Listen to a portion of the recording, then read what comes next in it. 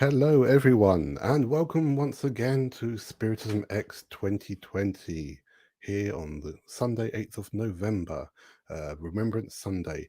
So, this is block 4 of our event, our anniversary events, helping in a way to celebrate 5 years of our group, Kardec Group, and the Spiritist Society of Windsor and Maidenhead and Spiritist Society of Bicester. And welcome to all our viewers here on the Kardec Group YouTube and Facebook channels, and also on the channels of the Irish Spiritist Federation, Kardec Radio, and Hedge Amigo Espírita. Thank you so much for everyone who's been joining us, who has been watching us over the past couple of days over this event of 16 short and insightful talks. So for just once more, for those who don't know me, I am Adam from Kardec Group, and it's so great that you're all with us right now. So, just to mention again who we are Kardec Group. You can find us on Facebook or on Instagram and on YouTube. Our website is www.kardec.org.uk. And, you know, we'd love it if you come and follow us on and subscribe to us on YouTube as well. We've had a nice number of people subscribing to us over the past 2 days. We're still a new channel, as it were, so please bring in the subscriptions. We all the videos from this event have been on there already. I took the screenshot just 2 minutes ago, so we can see that some people have been watching through our channel, through other channels as well, and we're so happy that you've all been with us. Now, obviously, today, the block that we are in, we have these 4 wonderful people with us. Evanise, we have Tanya Moore, we have Annie Sinclair back with us again, and Humberto Schubert Coelho. So, SPIRITISMx 2020, what a wonderful world. And, we still think that through all of what we've been looking at the past 2 days, we still think that it is a wonderful world for us to be in. We still think that there's good things that we can find within our lives, good things that we can go through in our lives. But obviously, we know that there are things which can affect us all. There are things which might upset us, things which might cause us to have deep reflections. And obviously, for those of you who are in the UK or know about life in the UK or other parts of Europe, today is Remembrance Sunday, which is why I'm wearing, if I can find the right side, wearing a little poppy to help support those who have lost their lives through war, through violent conflict. And, the whole purpose is not to just remember people who are specific to one nation, but everyone, no matter who they were, where they're from, what they're even fighting for, because these people, all of these people were children, grandchildren, brother or sister, mother, father, aunt, uncle to someone. And so I'd like to ask everyone who's watching us right now just to bring your thoughts together, just to pay attention to this moment and just have to basically 1 minute silence, because it is Remembrance Sunday. Normally the silence is at 11 o'clock, but we'd just like to ask everyone who's watching with us just to contemplate about these things for the next minute.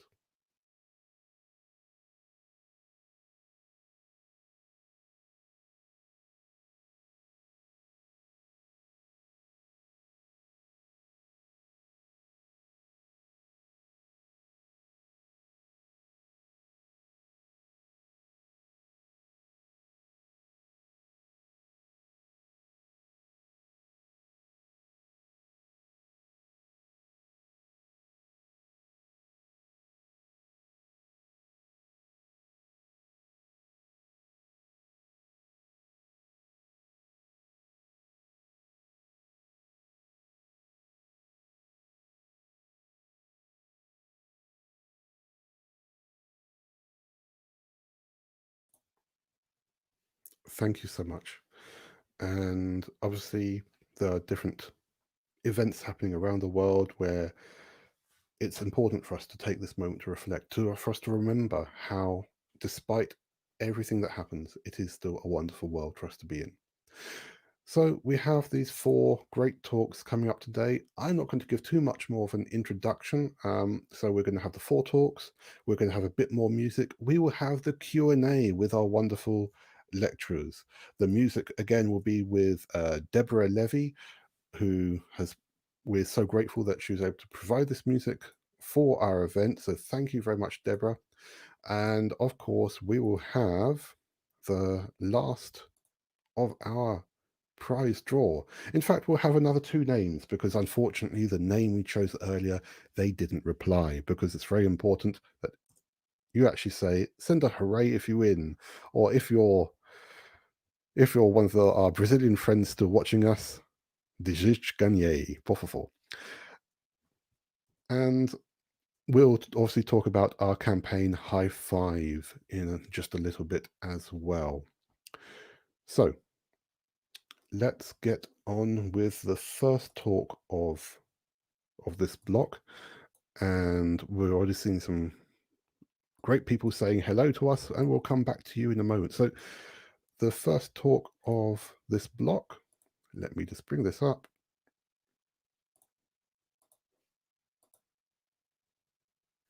So the first talk today is with Evanise M Zwirtes. So Evanise, for those who don't know her, she is from the Spiritist Psychological Society in London.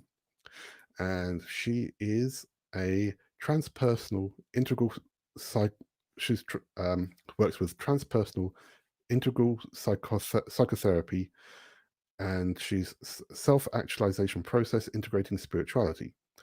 So, so she's a transpersonal psychologist, psychotherapist, and it's great that she's with us today. And her talk is a positive, proactive approach to family well-being. So let's bring on Evanise. Welcome to everyone. Today's topic, a positive approach to family well-being. Very important topic to reflect about, especially in these times where we find ourselves. We start by reflecting family. What do we understand about family? Perhaps all of us who are listening right now may have a different viewpoint, and that's okay.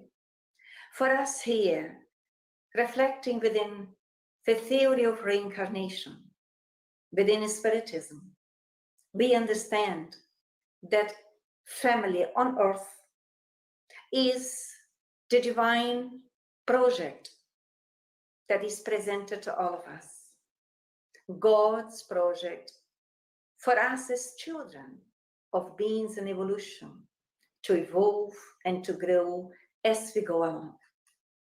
And as we carry on reflecting, bear in mind what the benefactor, Spirit Joana de Angelis, tells us. Be happy with the life you live and always thank God for the glory of knowing and loving in order to act with lucidity.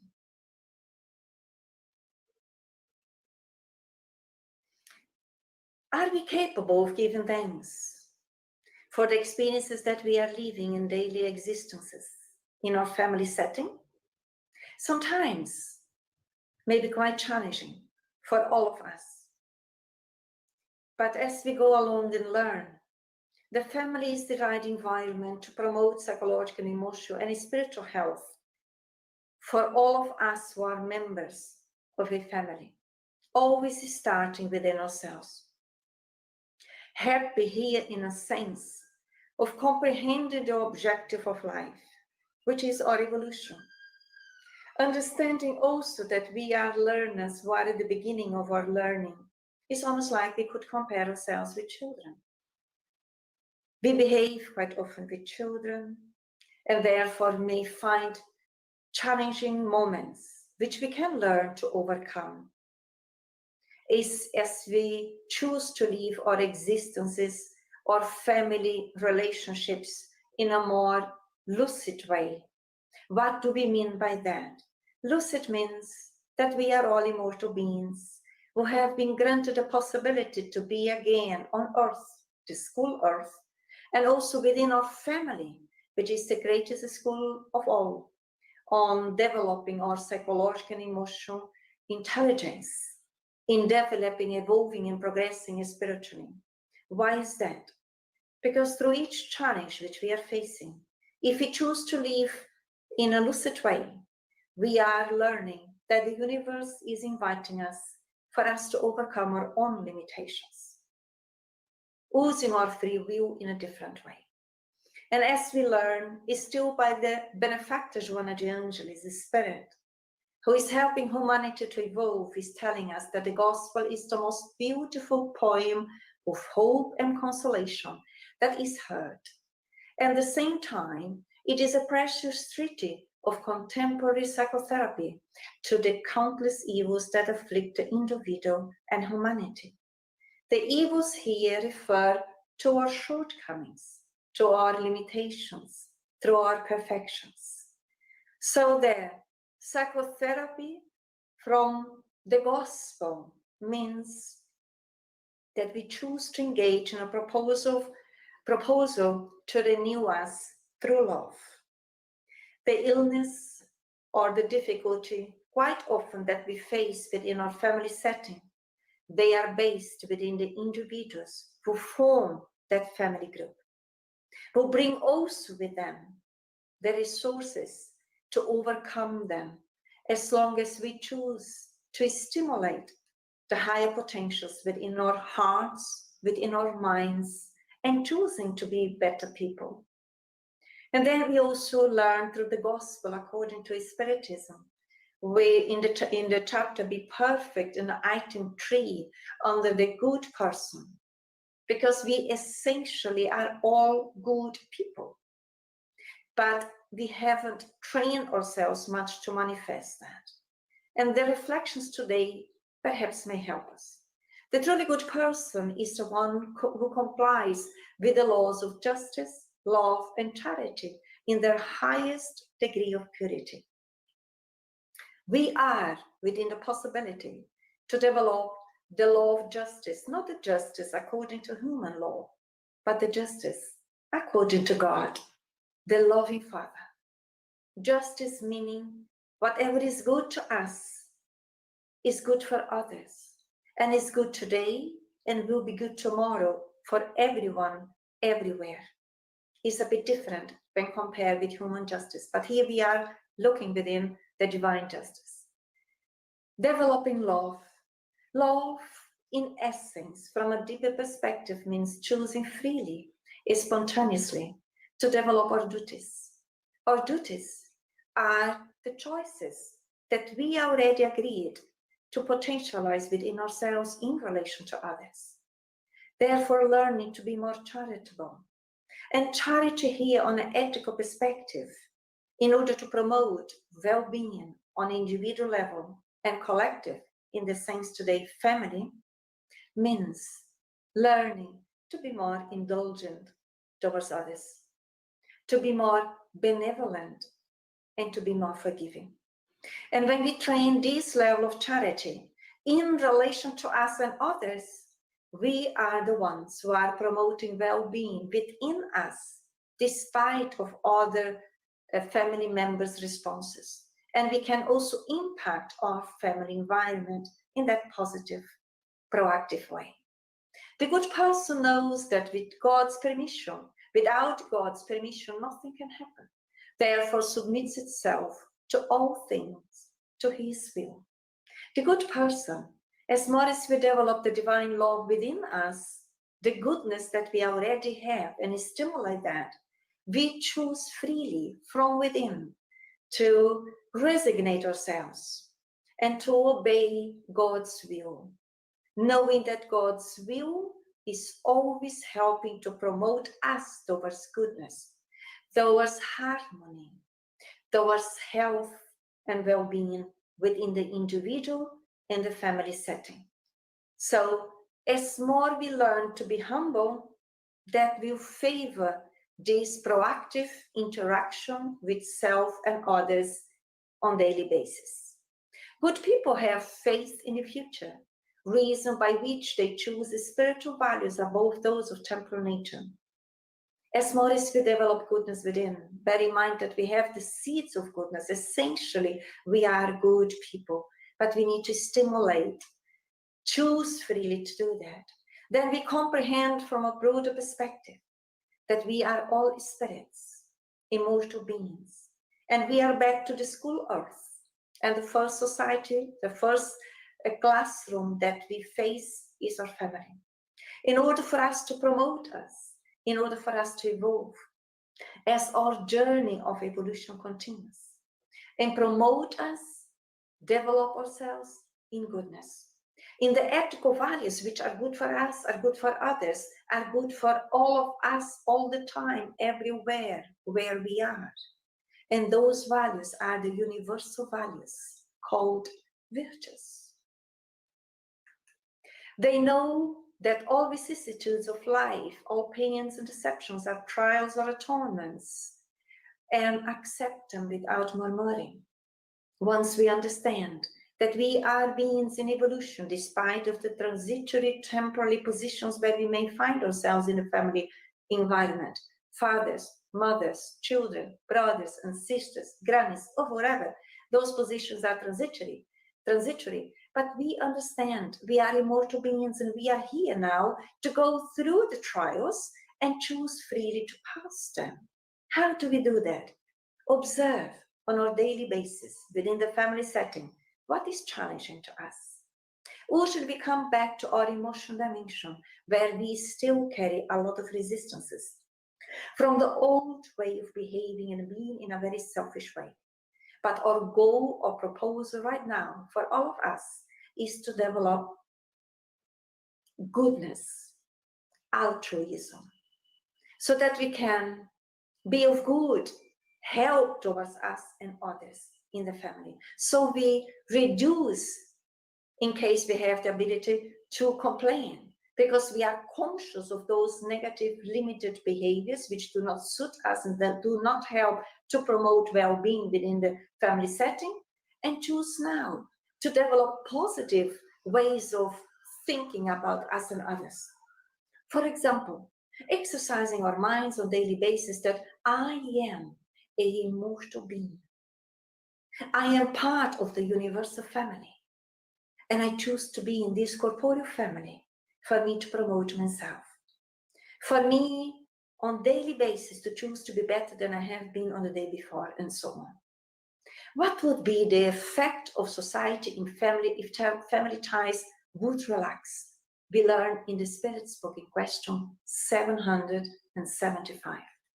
And the enlightened spirits tell us it would lapse into selfishness. That helps us to understand that family is God's project on earth. Such the importance of the family context. So let's take the opportunity in this short time, which is one existence, as immortal beings, to invest in overcoming the differences that perhaps we still may bring in our emotional dimension, or also in our psychological, which means the mental level. Always bear in mind, we are spirits. We can choose freely because we have the ability of inner freedom to think in a more positive, constructive way. We can choose to be more proactive within my family. Men and women who possess the sentiments of charity and love do good for the sake of goodness without waiting for payment of any kind. They repay evil with good. Positive, proactive approach to family well-being. Where are we? I would invite everyone now to reflect within and to think. When I choose to do A, B, or C in my family environment, I am doing it seeking approval from others, wanted to be applauded, wanted to be recognized, or I am freely choosing to do good because I already understood that doing good for others means doing good for ourselves. And doing good for ourselves is good for us in the now, in the present, and in the future. Because remember what we said at the beginning, essentially, we are all beings of goodness. These kind of people encounter satisfaction in the benefits they are able to spread, in the service they are able to render, in the happiness they promote. Their first impulse is always to think of others, then of themselves. Where am I? Are we thinking first of myself and then of other family members? Or are we already in a point where we promoted us to be in a more balanced way? Those who choose to love more from the self level onwards, that is, from the essence of ourselves, are those of us who choose to do good within the family members without any expectation. Giving love, naturally, we will be engaging in the divine supreme resource of love. Therefore, we will overcome eventually needy aspects in us. The one who is more forgiving is the one who is more free within. Who doesn't need forgiveness? We still all do mistakes as learners. The one who chooses to develop benevolence towards the shortcomings of others, towards the imperfections of others, is the one who quicker can forgive, forget, and engage in a healthy way, promoting well-being on the individual basis and also on the collective as a family. Happiness within a family context or outside it depends on our internal choices. Real happiness is within, not without. Real happiness depends how we choose to think in relation to the events that happen. Events or people's behaviors, they are neutral. How we perceive them, that makes the difference. If it's negative, let's choose to actualize our belief systems. Think in a more fraternal, in a more solidarious way, in a more friendly way, expanding those higher potentials, the ethical values. The good person is always good, humane, and benevolent with everyone in the family. Although we are all different, bear that in mind. Through the law of reincarnation, we may not have the same sentiments towards each other, but we can choose to respect each other.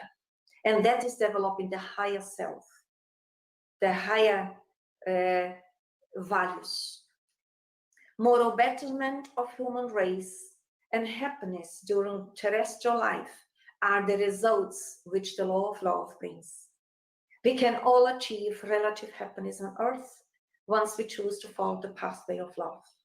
Love means, in terms of family context here, which is our focus today, learning to forgive, learning to tolerate, learning to be patient, learning to cooperate without expectations, diminishing the expectations that we in a selfish way may have towards others, ourselves. Learning to be happy is the one who is choosing to do good for all of those who are around us in the family context, even if no one recognizes that, because our consciousness recognizes our actions, either from a selfish perspective or from an altruistic perspective. Let's choose to be more altruistic, because that favors inner health, inner well-being, and also within our family. Love, which is a spontaneous choice and option for all of us, presented by the universe, for us to feed us with that resource once we choose to connect with our essence, the divine, the sacred, the self. We all bring innate ability to love. In different levels, is true, but we all can do that. We all bring the inner freedom within, the free choice that we can choose to think in a more positive way, choosing to think in a constructive way towards the family member that perhaps has been harsh with us. We are free internally to stimulate the goodness within. And once we do that, we are naturally developing a more positive, proactive environment and also developing well-being is starting within ourselves and sharing that amongst those who live in our family on a daily basis. So let's choose this pathway and promote well-being in our families, because that is good for us, that is good for all of those who are with us today and also in the future. Much peace to all.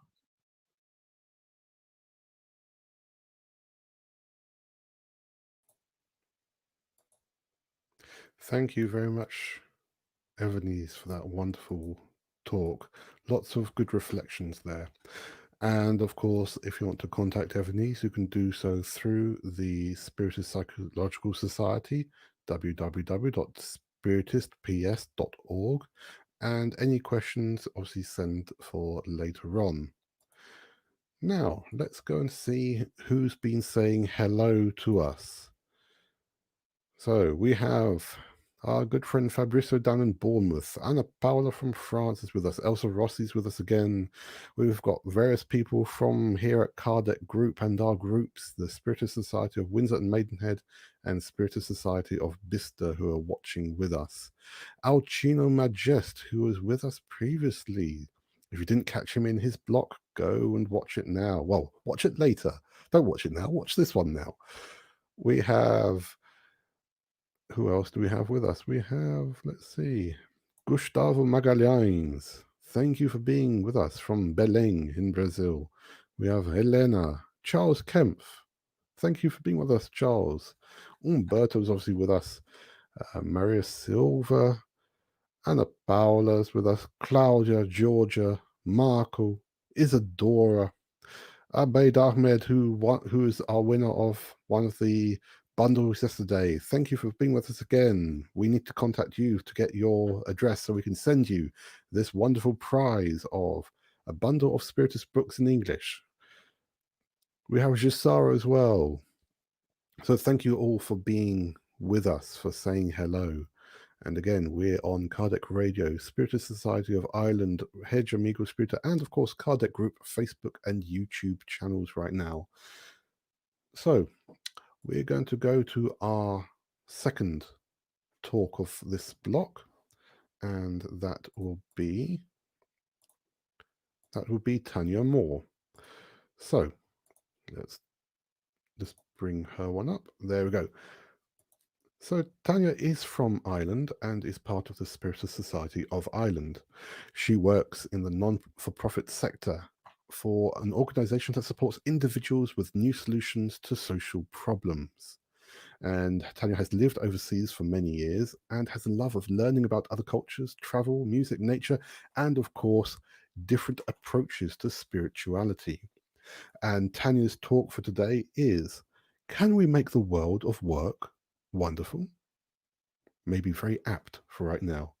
So let's pass you now over to Tanya. Hello.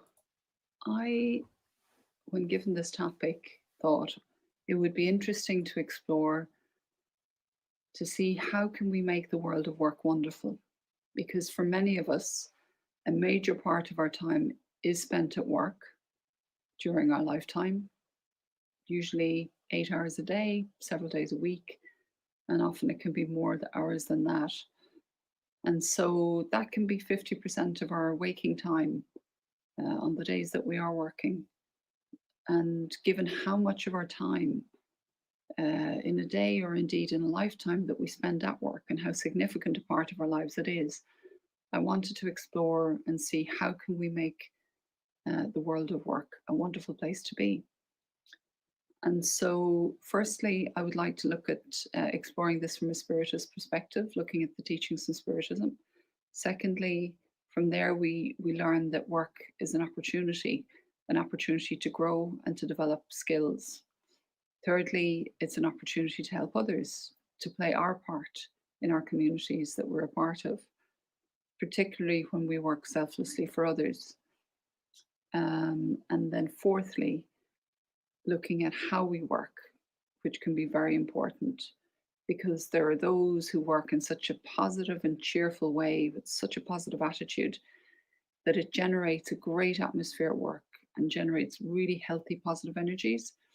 people like that are an absolute joy to be around. So just want to look at that and see how can we learn from people like that. Certainly I would love to learn from them so that we can learn to make the world of work a better place. So what perspective can we get on this from Spiritism?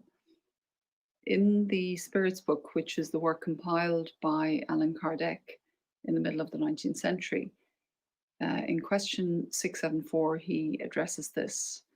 And we're told that work is a natural law, it's a law of nature, that we have this impulse, this law effectively pushing us all to work. And in 675, they speak of how every sort of useful occupation is labor. So no, it's not just saying paid work, but any useful occupation.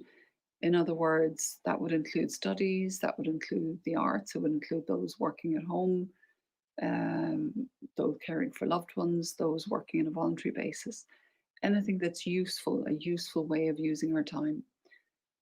Then in question 676, we learn that work is a means of developing our intelligence. They say without work, we would stay in our intellectual infancy.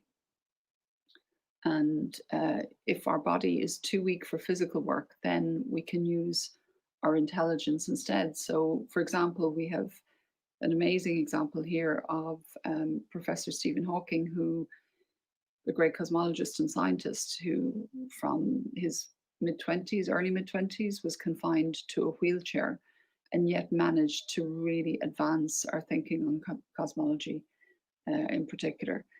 So physical ability isn't necessarily a barrier. It can be, but with the right supports, that can help people to participate in a myriad of ways. And there we do still have a lot to learn on how to make work much more accessible for those with different abilities and different needs. But that's another topic for another day. So work serves a very useful purpose. It helps us to develop ourselves, to develop our intelligence. And that intelligence, I would argue, is not just intellectual, but also social, emotional, and psychological as well.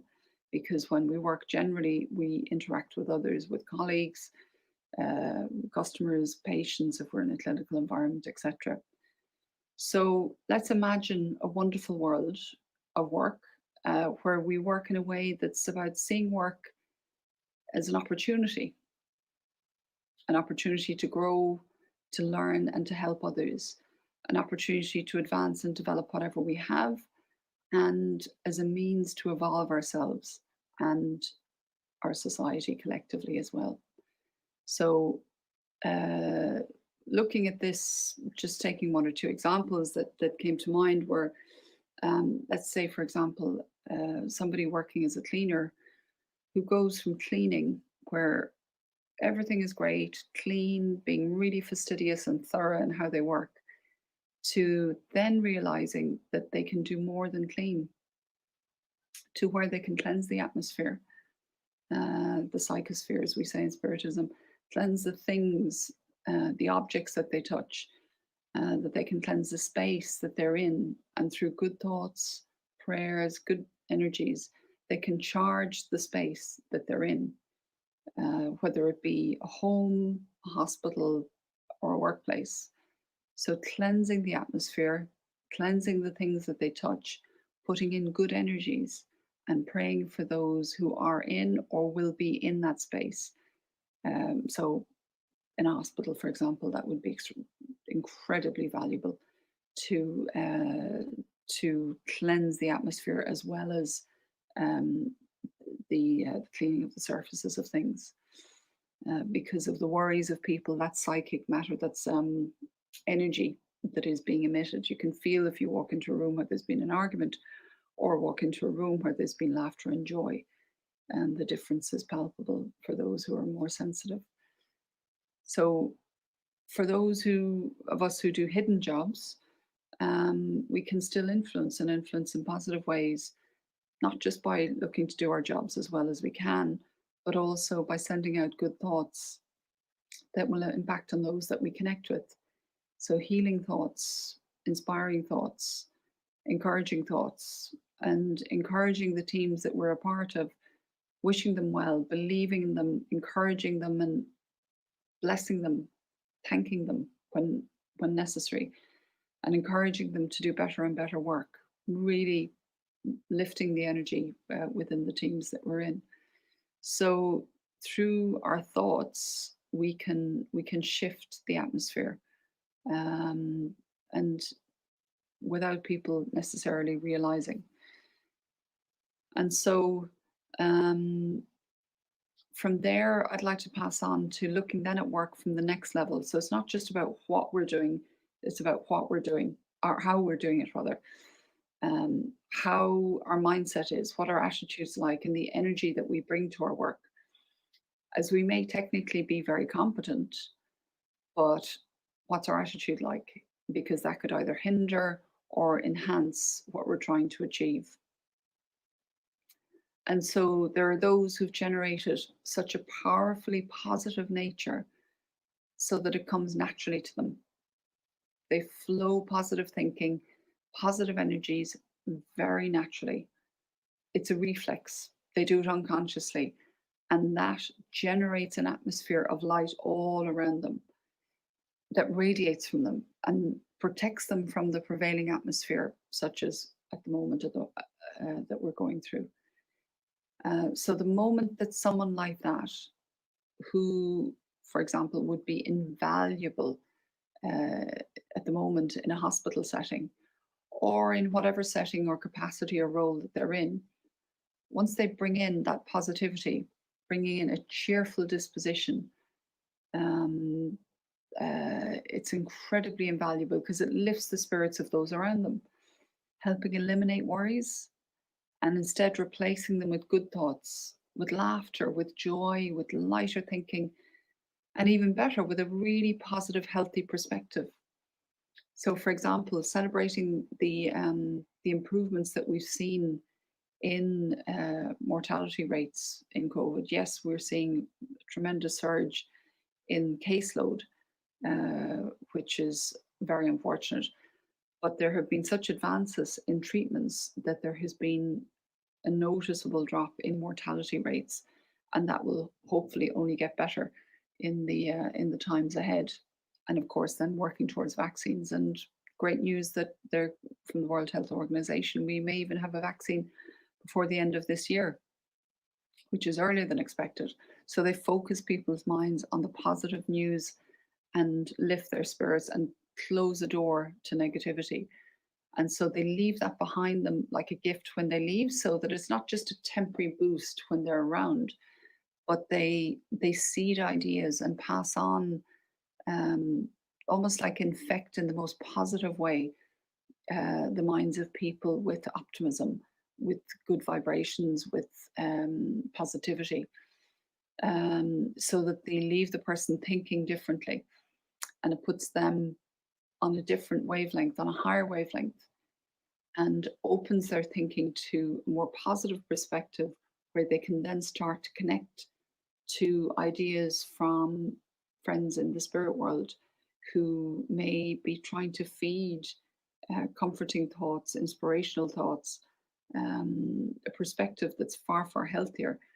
But that if we're on a lower wavelength, which many of us often are, that we miss that inspiration. And so people like that, who really can lift people's thinking, lift them to a higher frequency, are doing us all a favor.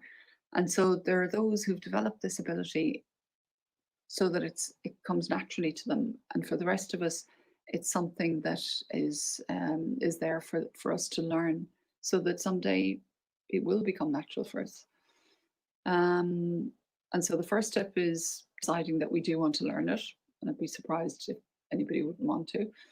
And then setting out, thinking about how to learn, how to develop that positive mindset, so that we can learn to develop it not just for ourselves, but also to generate clusters of positivity, clusters of optimism, so that it's like healthy tissues and cells in a body fighting back against infection, the same that we're fighting back against the prevailing negativity that we can get in the press and the news, in our social interactions, or like healthy cells. Individuals within society are like healthy cells, becoming stronger, becoming lighter, becoming more numerous, as more and more such positive clusters are generated that can then fight back against unhealthy thinking that has been around for quite some time. And so start to generate waves of optimism, waves of positivity that can begin to join up and connect with others, so that it becomes the norm again. So imagine whole, workplaces, homes, villages and towns becoming these generators of positivity, of optimism, of celebrating what's good, celebrating what's right, focusing on what's right, seeing progress rather than seeing what's not yet done, really focusing on progress, focusing on appreciating what's good, and generating good energies, generating good vibes, seeing the good in themselves, seeing the good in others, seeing the good in life, and then sharing that. So working it like a muscle, like a spiritual muscle, a psychological and emotional muscle, building neuronal pathways in the brain and in the mind to become more and more positive, so that it eventually becomes the norm. In the words of Emmanuel, who is Chico Xavier's spirit guide, until it becomes a mental reflex, that it becomes so strong that it starts to dominate and drown out others who are not positive, who don't even realize that they're being influenced and changed by the positivity of others around them, the consciously chosen positivity of others around them, that they're shifting their thinking without even realizing it, by being exposed, even if it's unconsciously, silently exposed to positive and happy people, that their thoughts, which again is electromagnetic material, is going out and is being unconsciously, if they're insensitive, consciously to a certain extent if they're sensitive mediums, and that they're turning the situation around, that being around positive and happy people impacts us energetically, psychologically and emotionally and spiritually. And then reinforced and made stronger when people speak about it out loud, or start sharing what they're thinking by sharing it through writing, through speaking about it, sharing what they're focusing on. So again, it's like healthy energy going out into an ecosystem, like fresh, clean water that goes through an ecosystem that's been clogged up with toxic energies and toxic, let's say, dirty water. And instead, clean water starts to flow through, regenerating the ecosystem, healing the ecosystem, and allowing it to flourish again. And we saw this in the early months of the lockdown and back in March, where nature, once it was given a break, actually quite quickly started to clear up, the atmosphere over parts of industrialized countries. You could see from space the improvement in the air pollution and the atmosphere. Imagine that on a mental level.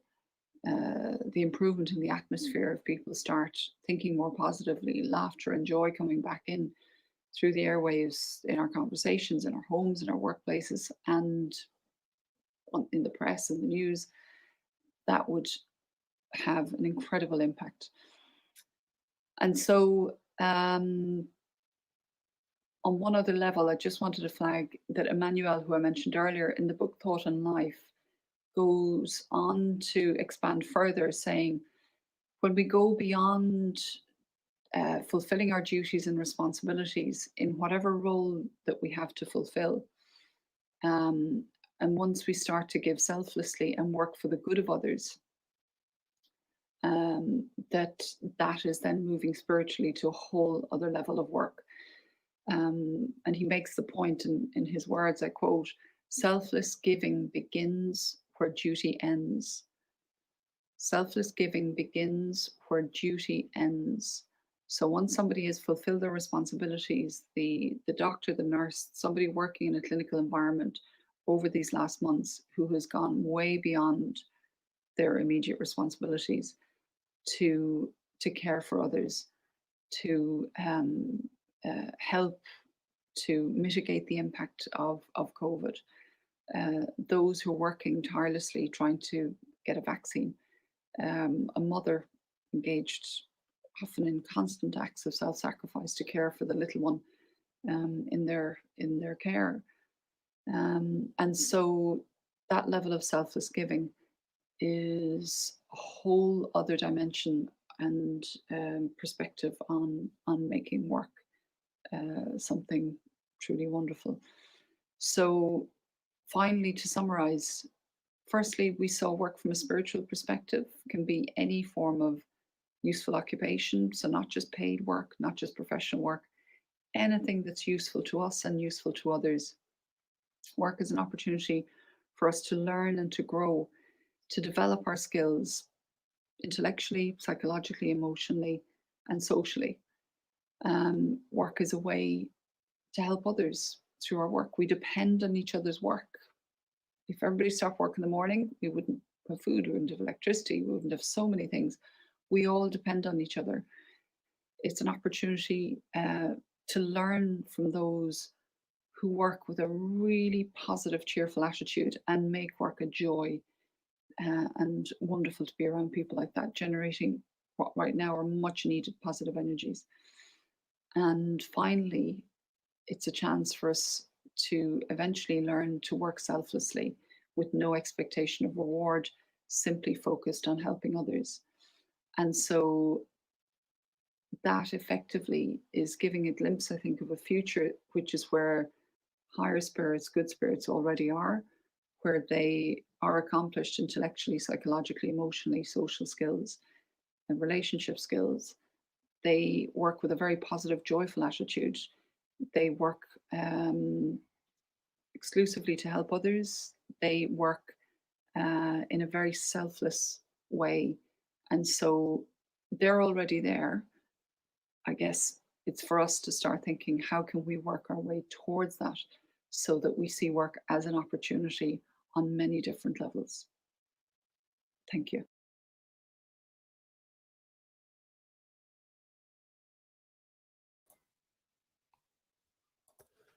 Thank you so much, Tanya, for that wonderful and very reflective talk. We've had some great comments come in about that. And of course, if you want to catch up with Tanya, you can catch her via the Spiritist Society of Ireland. And as a general organization to support, she has recommended Médecins Sans Frontières, which is www.msf.org. Very worthwhile cause.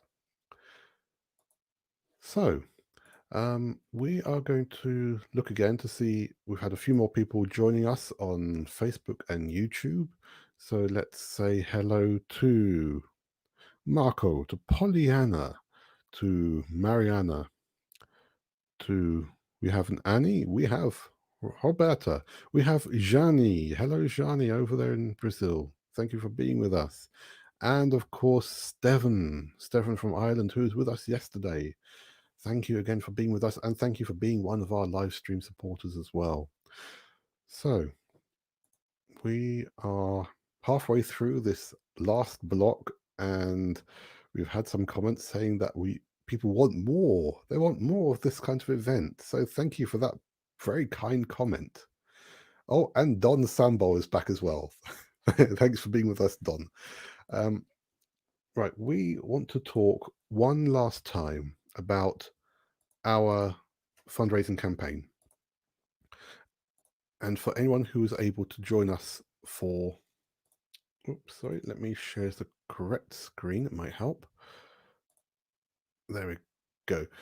And for those who are able to join us in block 3, we talked about this a lot more, because one of the people who runs a group who will directly benefits from this is Florencio Anton. So what is the High Five campaign?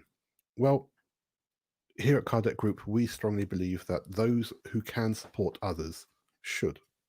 And here in the UK, in Europe, in other countries, we don't have the same needs and requirements as many other people do. We may still be going through slight crisis here with obviously the pandemic, with the economic repercussions that we go through. But all we're asking for is for you to consider to give just £5 a month to help support people who are even in an even more desperate situation than we might be able to imagine. So, these two wonderful groups in Brazil, Grupo Spiritist, which runs Comunidade Maria de Nazaré, based in Salvador, Brazil, working in the community of Mussurunga, and Instituto Multirão in Curitiba, again in Brazil. Both of these groups work closely in the poor communities to help provide them all kinds of support. So Shayla is run by Florencio Anton, who's with us before. He's the mediumistic painter, and obviously he goes around trying to get the funds, and through the mediumistic work that he does to help raise money for his group. And Daniel Rossi, who runs Multirão, is trying to do wonderful things as well to help raise funds for them. And what does this money go to? It helps them with these poor communities to give them basic things such as educational care, social care, professional care, housing. And by housing, we mean sometimes literally going and building homes for these people. And healthcare as well. And so, during this pandemic, for them, they've had fewer and fewer people helping them out, because most of the time it's people in Brazil who are helping them. But here in Europe, I think we can help them even more. So that's why we're asking for just £5, because that's all it takes. £5. And why do we call it the High Five Project? Because, well, once you give and see where this goes, you want a high five, because it's such great work. And of course, it's so easy to donate. Just go to www.kardec.org.uk/high five. You can see all the way to donate to us, to the High Five campaign, even via PayPal, like it's showing here. And it's so easy. You choose the amount, but this is the difficult bit. Make it a monthly donation. And then click donate. And that's all it is. It's £5 only, the same price as a coffee and a sandwich, or not even that nowadays.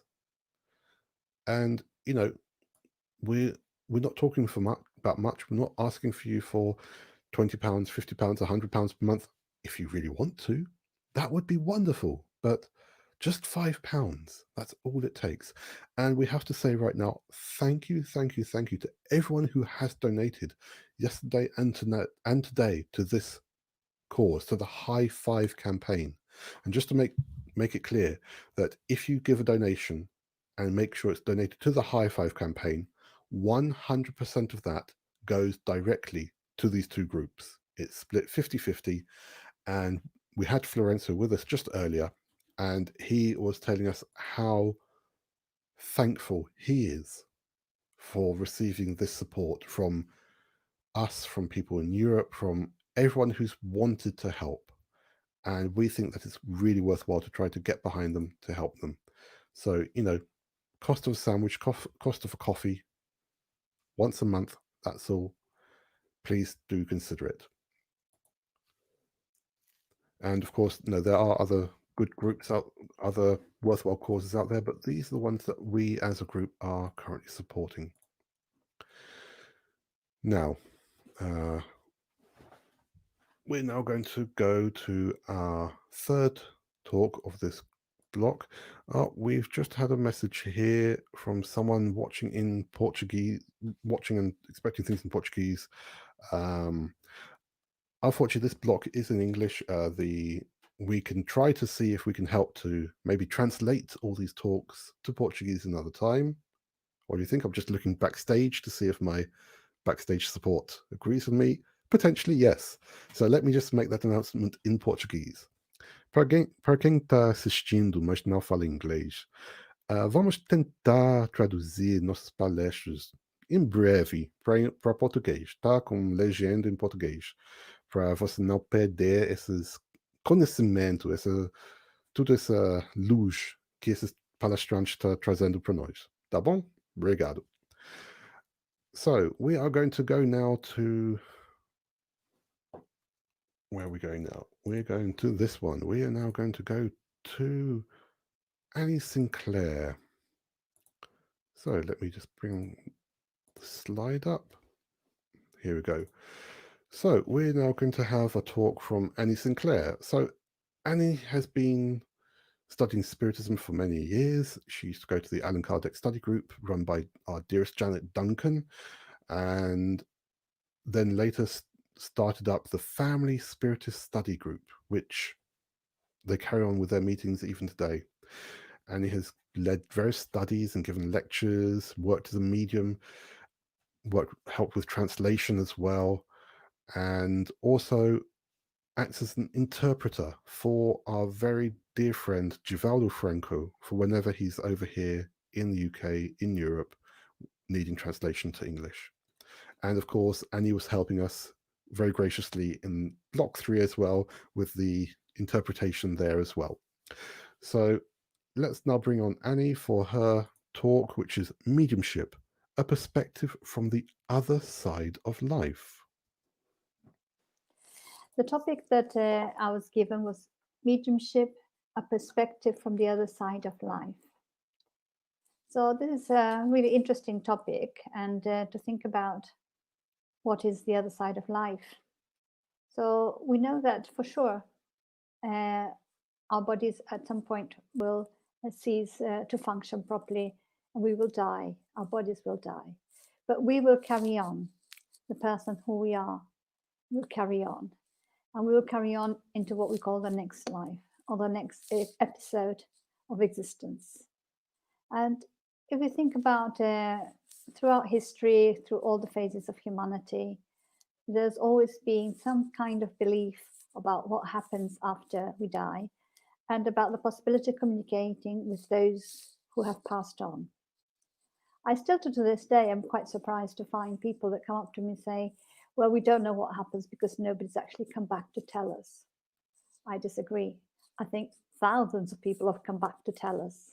They come back to tell us through mediumship, through using the faculties of people who are still in the physical realm, to be able to communicate with us, to be able to tell us what happens on the other side and how life is.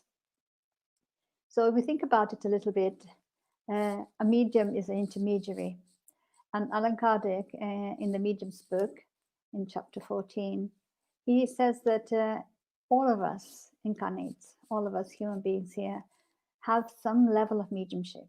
It's very rare that somebody has no mediumship, because it's something inherent to humanity. So it's a sensitivity, a possibility of perceiving, of sensing, of being impressed by spirits who are in another dimension.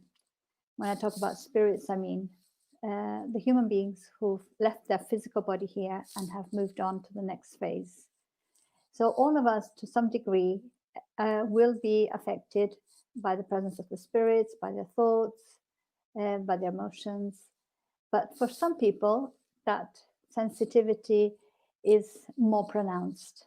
And quite often then we call those people mediums. But do remember that the first thing is that we are all mediums to some point.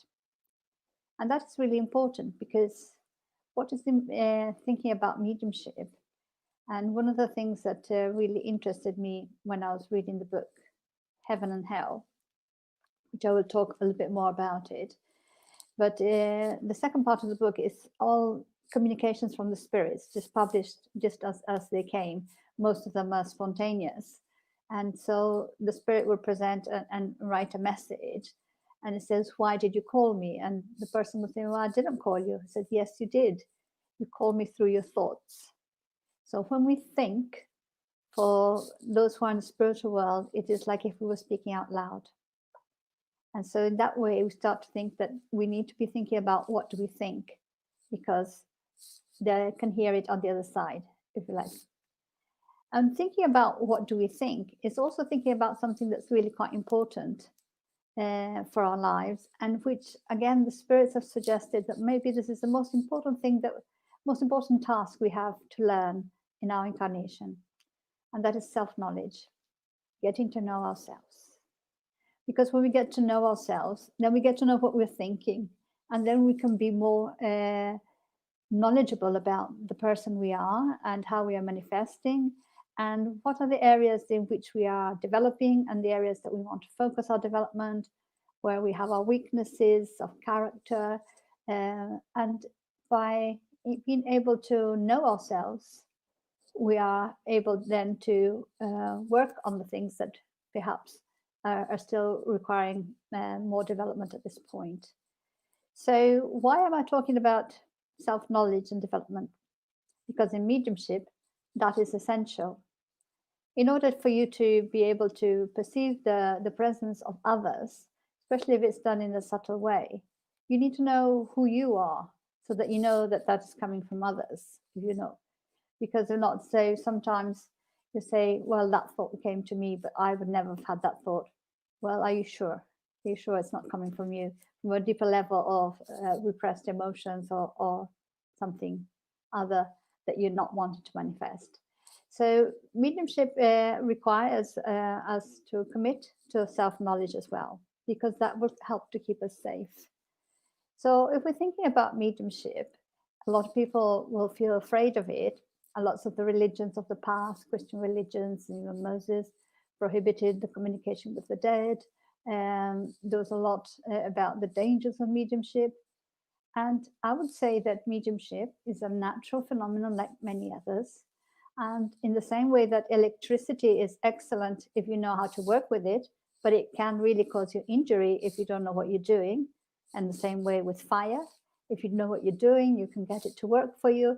But if you don't know what you're doing, you can burn yourself, you can cause a disaster. So mediumship is the same. Mediumship is neutral, but you can use it for depending on your intentions. So how to use it, understand the laws that govern it, are absolutely crucial in order for you to work with mediumship in a safe way, having understanding of what it's about.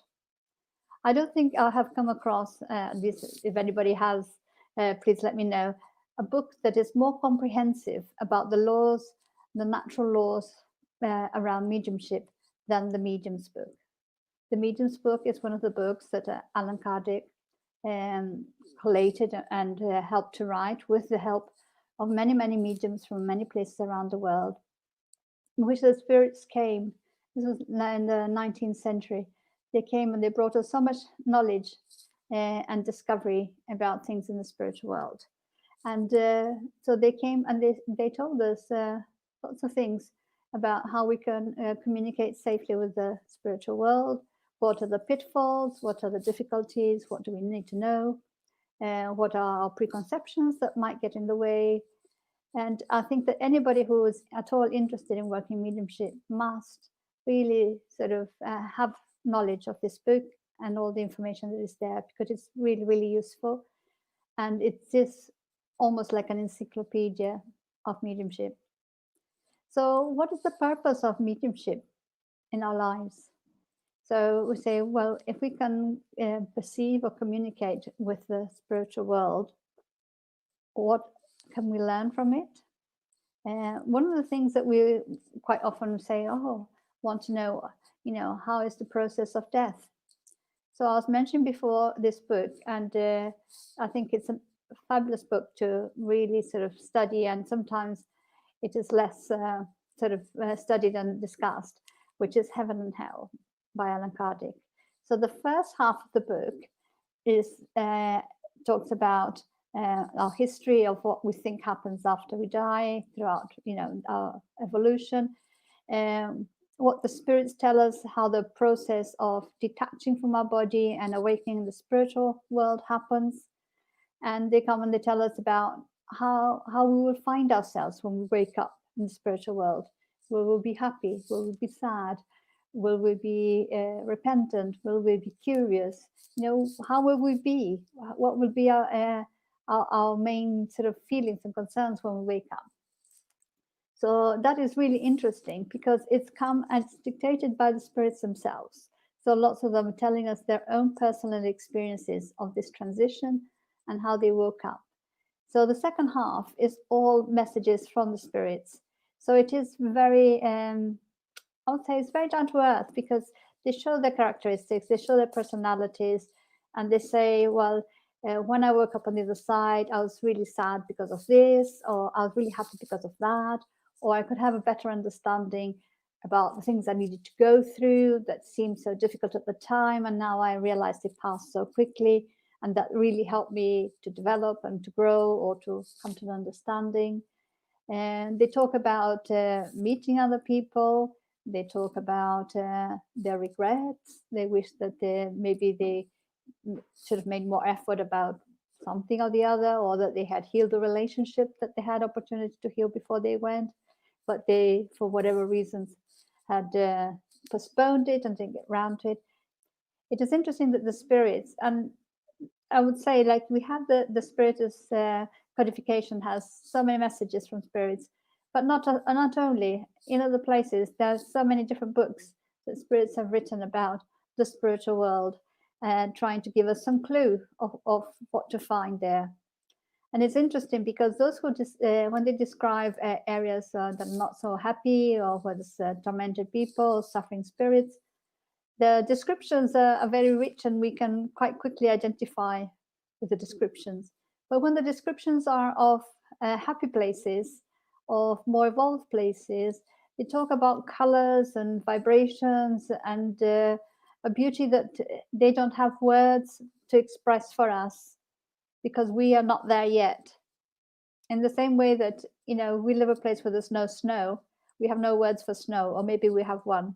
And if we live in a place where there's a lot of snow, we will have many words for snow, explaining all the different types of snow. So in the spiritual world, there are some places of such great beauty and development, but we don't have the words yet, even to describe them. So what we can think that the spirits have done through mediumship in the 19th century, when they brought all this information for us, it was pretty much the similar thing that happened when the microscope was developed.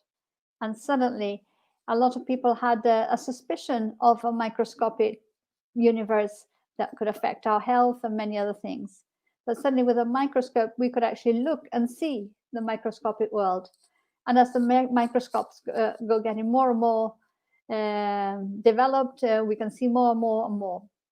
So it's the same. We're having a glimpse through mediumship into the spiritual world. It's a glimpse. It's like you're spying through the keyhole, just a little bit, just to give you some idea. Why only a little bit? Because if we get too much information, too much light all at once, it will startle us. It's like if we can think about us coming out of the darkness into the light. The light has to start off dim and then go slowly getting stronger, because if not, it will blind us. And so the information comes in slowly. As we are able to understand more things, then more information comes. So I see no reason why that in the future, whenever the time is right, we will be able to have conversations with those who are on the other side of life through computer screens, just like this. You know, I think that will come naturally, because it just seems a part of the technological development. But one of the things that you're thinking about, well, once people have passed to the other side, so it's like we are here on Earth, we are like in a fog, and we have our senses reduced and helping us just to focus on the job in hand. So all the other things that are happening around us and the spiritual world and everything is there, but we don't want to get too distracted from it, because we need to really focus on what we're here to do. And we know that our incarnation, I always say, it's a team effort. We're not here alone. We got here through a mother and a father, biological components. We have many of those who love us, who might be blood relatives or spiritual relatives, who have made a plan together with us to help us to come here, say, okay, this life, this is what I'm going to do, and this is what I hope to achieve, and these are the challenges that I will put in my way. And so they're all here with us, supporting us, just like an athlete that's gone for a race at the Olympics has a team behind them, supporting them with all kinds of knowledge and advice. We have our spiritual family who is loving us and supporting us in this endeavor. So sometimes we might think that it's not such a wonderful world. We might think that there are lots of bad things happening out there. We might see the news and we might feel sad or find that everything is a bit too difficult. But when we do, let us connect once again with our spiritual team and remember that we are not alone, that we are here on a project that involves many others, and that sometimes we just need to take a breather, to hold hands and say, okay, let's start again, draw a line, start again, and just not worry in the sense that nothing is the end of the world. If we do something and we attempt something and it doesn't work out, well, that's excellent, because we've learned that doing it that way doesn't work out. So we can try in a different way, and so on. So everything that happens, it's knowledge that we acquire. And sometimes we don't know which way to go. So we just have to experiment. And we experiment and we take responsibility for the consequences. And then we can analyze, okay, that was a good choice, or maybe that wasn't so good. Next time I'll try a bit different. And this is the way we go learning, and we go building our own body of knowledge that is indestructible. It becomes part of us and that we take with us. So when we transfer to the spiritual world, we go, our body stays behind, because our body belongs to the material world and will be recycled in one way or another. But we, the person we are, we carry on exactly as we are. No miracles. We don't suddenly become a saint. We don't suddenly become a devil. We are exactly who we are, a person with qualities, but also still with areas to be developed. But again, if we talk about mediumship and thinking about our connection with the spiritual world, that we are connected all the time, that when we go to sleep at night, our spirit is in contact with the spiritual world, with our loved ones in the spiritual world. And they can help us and inspire us, and we can talk things through so that the next morning we can be sort of wake up again full of energy and thinking, okay, this is let's try a new way of dealing with whatever situation we are having, or let's just take a breath and say, okay, let's face this again and go ahead. And in this way, the way we live our lives changes completely.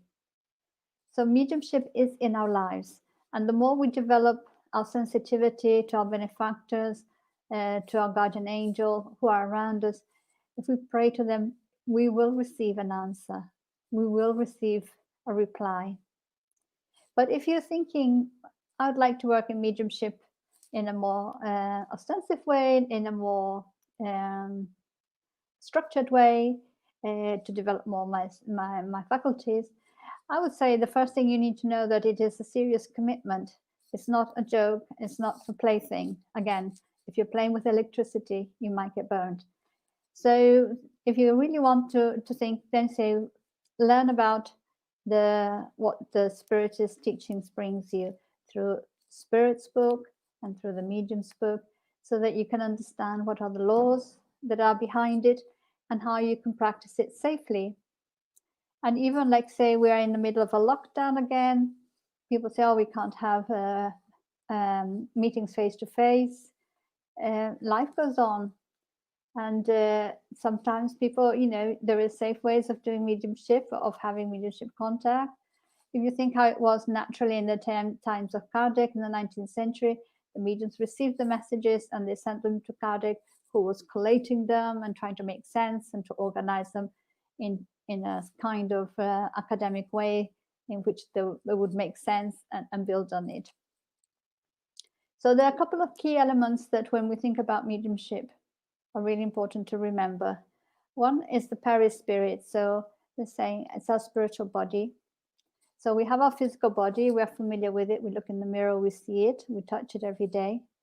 But when we detach from our physical body, we have with us always our spiritual body, which is almost like a copy of our physical body.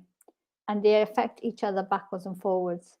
And it is through the perispirit, which might feel maybe we could describe as an energy body, but it is a real body. It's not like a figment of imagination. It is something quite concrete. It's semi-material. It makes it makes it possible for the spirit to be able to have an incarnation, to manipulate our physical body. So mediumship is happening through that energy field. And so when we're thinking about, that's a really important element to consider about mediumship. And the other thing to consider about mediumship is what I mentioned before, is self-knowledge. So having these two important key elements makes all the difference of how we will be looking at and approaching mediumship, if that's what we're looking for. But also, if we are reading things that have come through the mediumship of others, if we are listening to somebody giving a mediumship communication to us, that we're not believing it just because it's our friend and is saying this, but we are using our common sense, our reasoning, and that we question, the authenticity and the value of the communication, just as we would with any piece of information that somebody gives us. We live in the days of fake news. So fake news has always existed, and in the past, many times spirits will come and give you fake news. Why not? Because they're people, just like people nowadays do give fake news on the internet. So it's just using our common sense about what it is we're hearing and why we're hearing it. So my time is coming up to an end now. I just wanted to kind of leave this idea that mediumship at the moment is still quite a novel way of having information from the spiritual world. Although for 150 years it's been coming with a wide volume, if you like, a great volume of information that has come to all countries, to all peoples, through all different types of mediumship, in which they're saying, look, we want you to know about this, the next existence after this one, what to expect, so that you can prepare better, so that you can be in a good place when you transition, that you can be ready for it, and also so that you don't lose focus on what the value of this incarnation. Sometimes people can become fascinated by the spiritual world and want to move over there sooner rather than later because this life is horrible. No, this life is wonderful. This life is wonderful, even if it has very difficult trials, because it's helping to move us towards the light. We are like a stone that is being chiseled face by face, little by little, into becoming this brilliant diamond. And in order for that to happen, we have to have all the experiences that will allow this, so that we can develop and grow into a spirits of light that is our destiny. So by reminding us of our true nature, our spiritual nature, of reminding us of how transitory life on earth is, but how valuable and rich it can be for us, and telling us that there is a universe on the other side that we already know, but we are temporarily forgetting because we are in the midst, if you like, of the incarnation. It just helps us to keep focus so that we don't detract from what is really important for us. And for that, we are truly grateful that the spirits have brought us this information at this time. And it is, as Jesus suggested, it is the promised consoler, because it does console us. It does show us a way. It does put a different perspective on our lives, and it can help us to live more fulfilling lives while we're here. So I'll be happy to answer questions later if anybody has any questions, but I just wanted to put it out there. Do not be afraid of mediumship. It is part of humanity. And it is a very blessed way in which so much information and knowledge has come to us to help us and guide us, and that we are part of that because we are receiving information and love from the spiritual world every day through our own personal mediumship. God bless.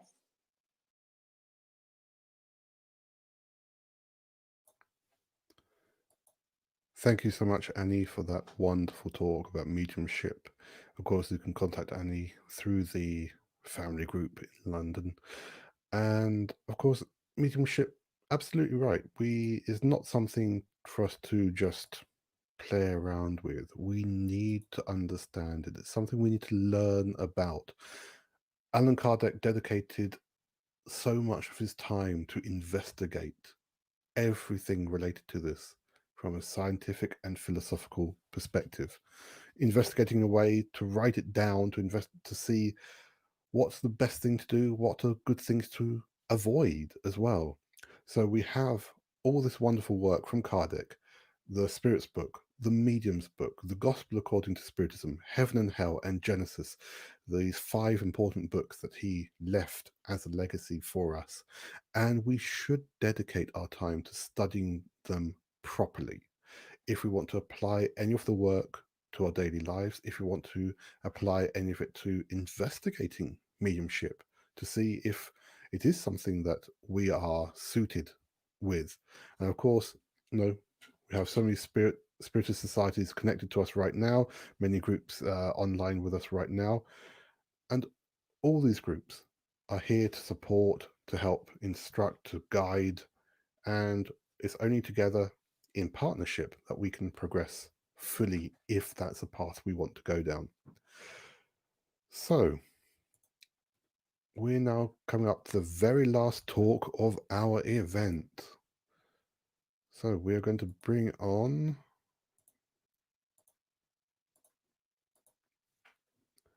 we're going to bring on Humberto. So Humberto Schubert Coelho is a lecturer in philosophy at the Federal University of Juiz de Fora in Brazil.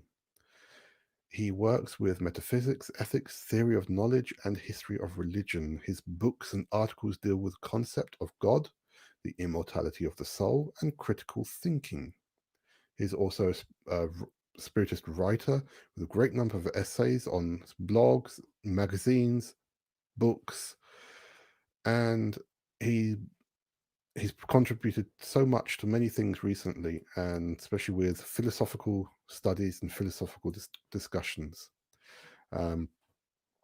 He also was one of the first to translate the book Education of the Human Race by G.E. Lissings from German to Portuguese, and this book is considered one of the most influential books in the development of rational theology and our contemporary understanding of spirituality. And it's a great pleasure to have Humberto with us today, as with everyone else. So if you have any questions for Humberto, for Annie, for Evanise, for Tanya, please send them now via the chat. Send a hello as well if you're watching with us, and we'll try to get them to them later. But for now, let's go over to Mr. Humberto. Hi, it's a great pleasure to be with you in this event. I will briefly present you my text that I prepared for you, and after that we can move to questions or chat a little bit. My purpose in this presentation is not to argue for the immortality of the soul, to prove that reality is more than matter, that human life is more than the animal life, is one of the greatest contributions we could possibly offer to humanity. But it is not sufficient to acquire strong conviction in the spiritual dimension of life. It is necessary to live according to it, to develop the life of a spirit evolving in the direction of a greater life in communion with the Absolute Spirit. That's the task. We have now evidence from the scientific research on parapsychology and spirituality that suggests It may be not definitive, but it suggests the survival of our consciousness to bodily death. Parapsychology, that for many is still a controversial field, is rarely discredited by serious researchers that dedicated time to disprove its results. Spirituality and health, on its turn, is one of the fastest growing research areas in the field of the health sciences. If we consider only the phenomenon of near-death experiences, which occur in all countries and has been registered by dozens of thousands of cases, empirical data seems to be now inviting us to review our basic concepts about nature. We also always had support from the greatest philosophers for this idea. Plato, Aristotle, Aquinas, Descartes, Leibniz, Kant, William James, or Kurt Gödel, and many other great thinkers offered arguments for the immortality of the soul, not from a religious perspective, but as a purely rational investigation of the matter. Today, however, we would like to move from the conviction that these arguments and evidence provide, and even faith could possibly provide to some, to the consequences of being assured about the immortality of the soul. These consequences are ethical and existential. That is to say, our behavior changes and our inner state of life changes in the face of this shift of consciousness.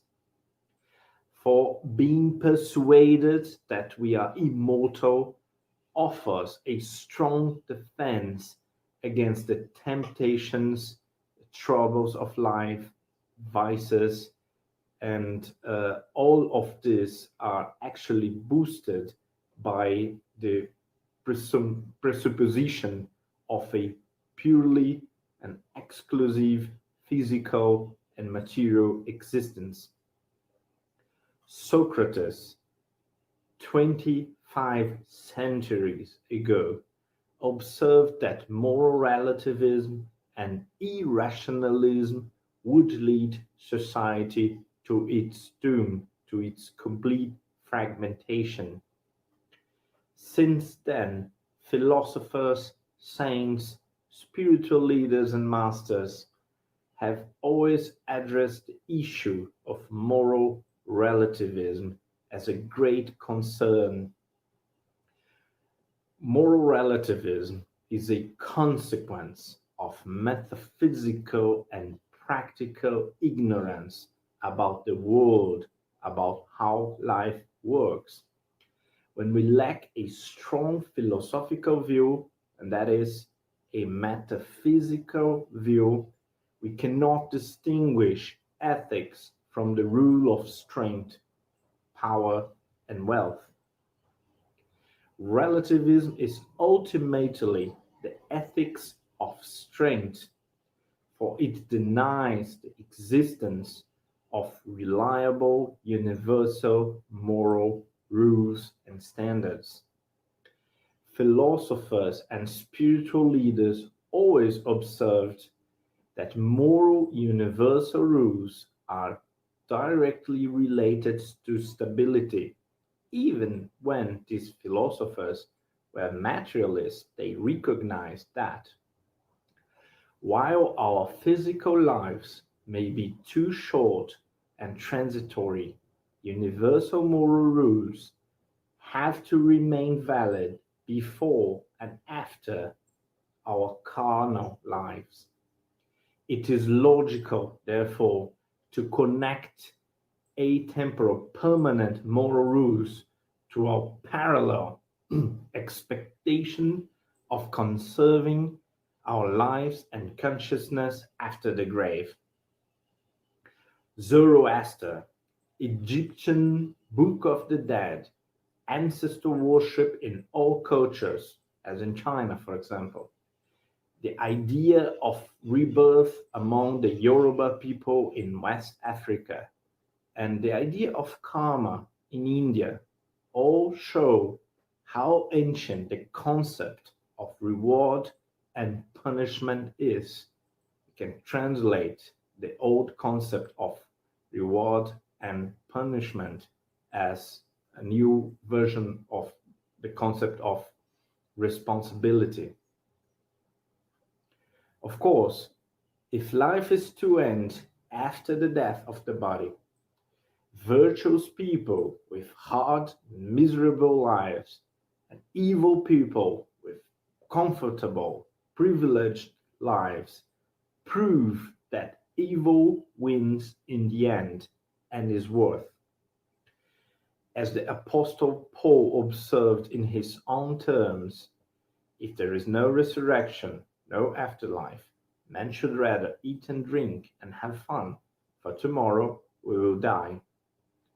Modern philosopher Immanuel Kant realized that this connection between an expectation of unending life and the cosmic moral order in the form of a system of reward and punishment. They both formed a postulation demanded by reason. That is to say, no rational being fails to consider this option, at least as an option. For measuring the consequences of our actions in an expanded afterlife is a very natural and reasonable way of making sense of moral life, ethical life. Without this expansion, we are condemned to have an ethical theory that is unfulfilling and loses existential appeal. Pessimistic thinkers from antiquity to our days, however, have been claiming that human life does lack objective purpose and meaning, exactly because metaphysical concepts about an afterlife and a cosmic moral order are nothing but cultural inventions. Pessimistic thinkers such as Friedrich Nietzsche, not much more than 1 century ago, correctly concluded that if moral order does not exist, if souls are not immortal and we have to live in the horizon of this carnal life, it is pointless to hold moral doctrines and respect moral rules, which are nothing more than artificial abstractions. They have to be invented, and therefore they have to be relative. Lies to control those of weaker will and consciousness. Allan Kardec, the philosopher that founded a new way to interpret religion on the light of scientifically scrutinized spiritual phenomena in the mid of 19th century, argued that materialism was among the philosophical attitudes the most detrimental to our well-being and morality. And this because materialism encloses our lives in a narrow horizon of bodily existence, limited in time and possibility. By assuming that we are no more than animals with new thinking capacities, materialism also rejects the objective connection between our essential beings and moral order. It is a consequence of materialistic thinking that ethics may lack sufficient ground, and therefore morality may be seen as a cultural invention.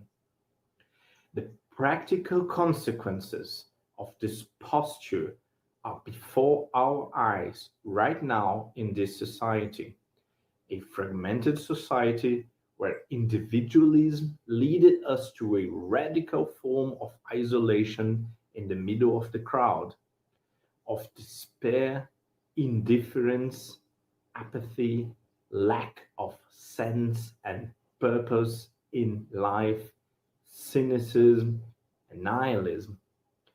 Pains all too familiar to everyone in these days.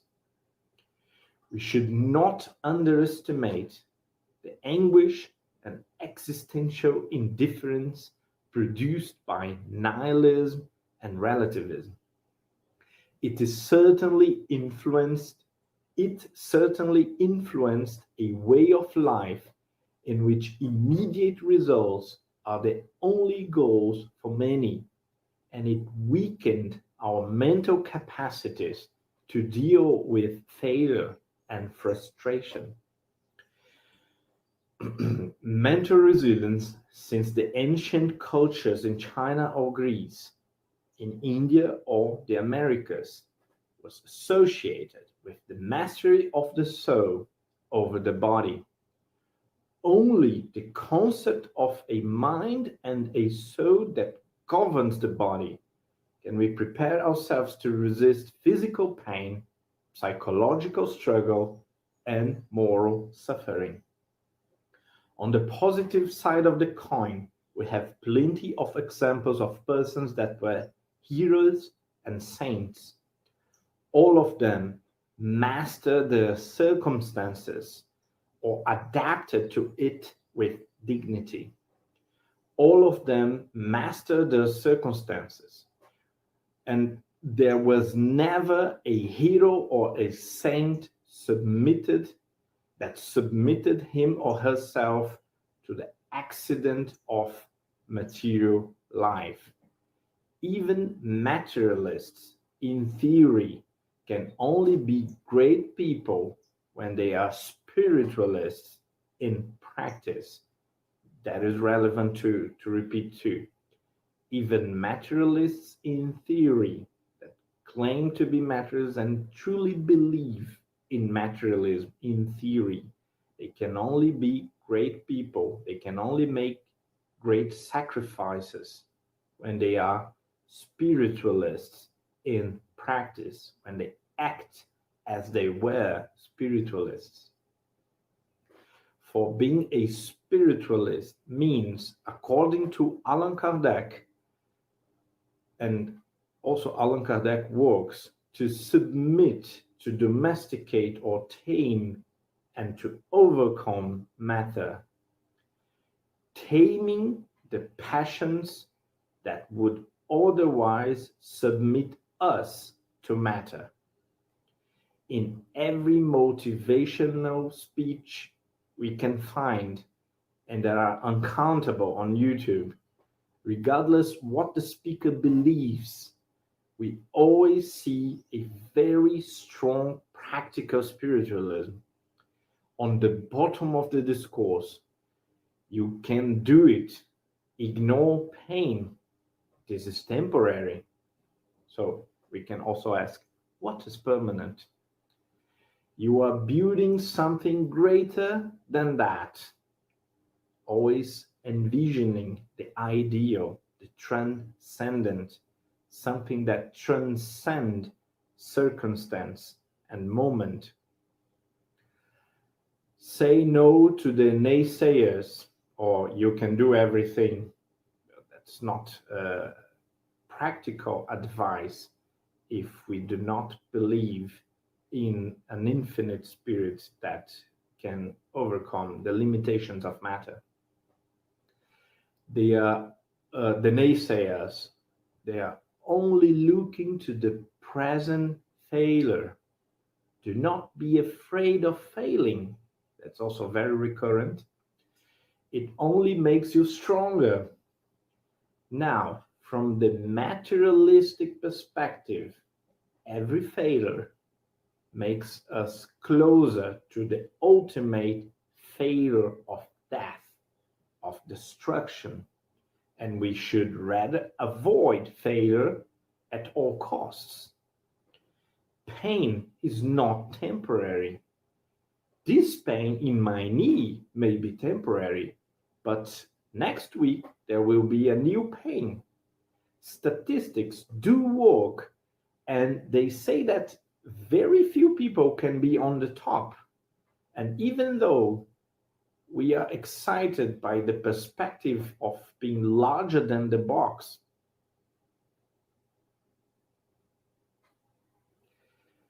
everything in us wants and struggles to be a spirit that takes control of its destiny. Everything in us wants to be more than this aging, dying body. And that is what makes every one of us a spiritualist. Thank you very much.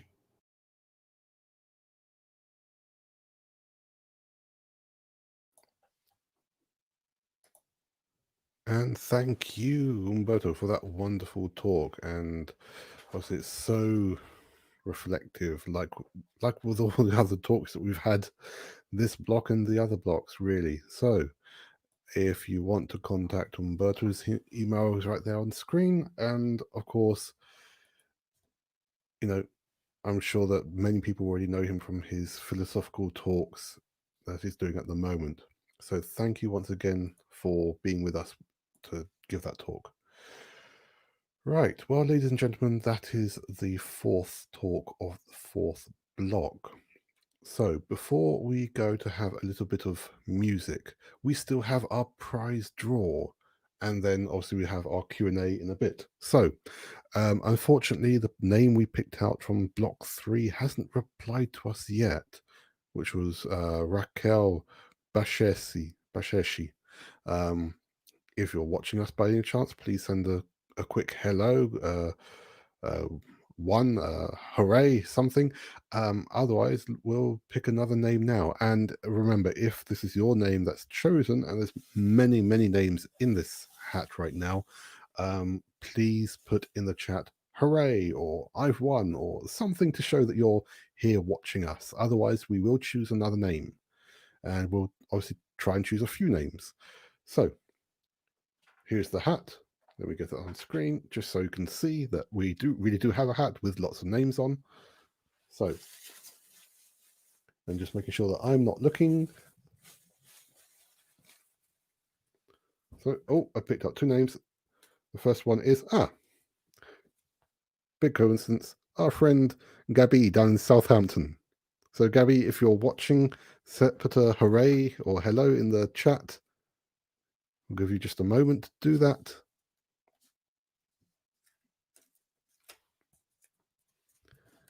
We definitely hope that she's watching, but we'll put another name at the moment. So that's our friend Gabby down from Southampton.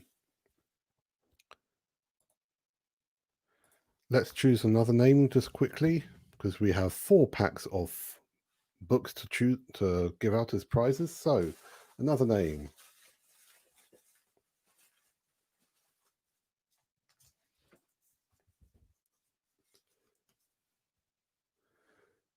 Simone Abril. Simone Abril. Again, if you're watching, please send us a hooray or gagne or something to show that you're watching. So Gabi from Southampton, who knows us well, and Simone Abril, we hope that you're watching and with us, and we'll give you just a moment to send a message to confirm that. Right, so let's go to the last music from our friend Deborah Levy, who's from Rio de Janeiro.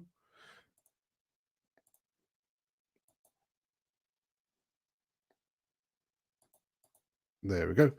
So Deborah Levy, again, is a composer and pianist who's worked in many styles of music with many bands. She was part of the groups Linha 176 and Celebrare in Rio de Janeiro, and she works with classical and jazz and various other forms. And you can follow her on YouTube, Instagram, Spotify, and Facebook. So, and the last bit of music that she's bringing to us now is called Back to Life. So let's go to Back to Life with Deborah Levy.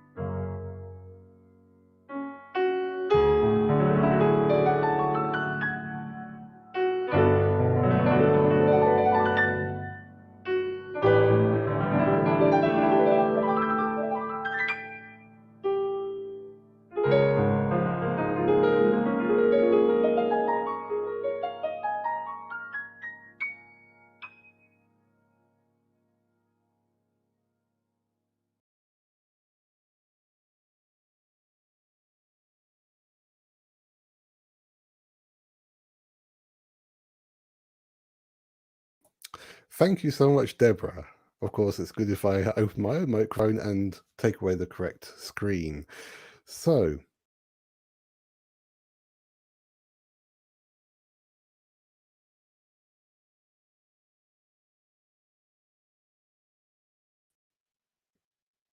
I do apologize about that small technical difficulty. That kind of thing does happen, and obviously right at the last minute.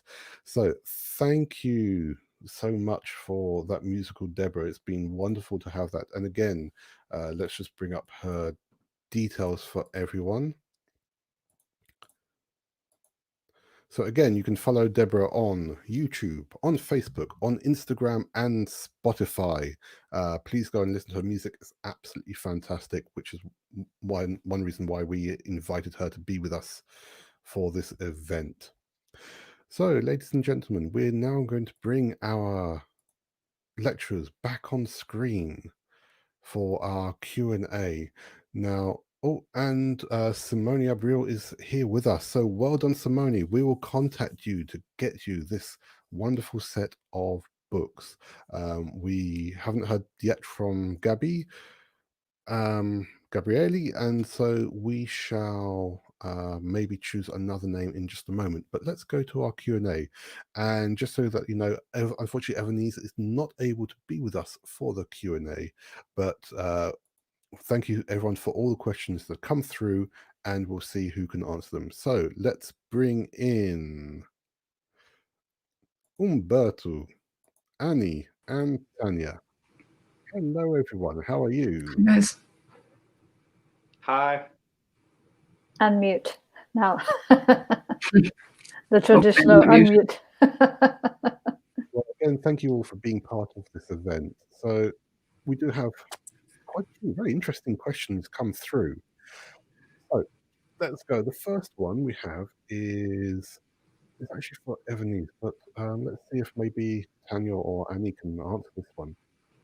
So from the spiritist point of view, what are the consequences if someone from the same family stops talking to each other, speaking to each other, thinking that that's the best way to avoid, to come to a solution, to avoid conflict? Adam, you're breaking up a bit for me. I don't know if for other people as well. Oh, the sound was breaking up.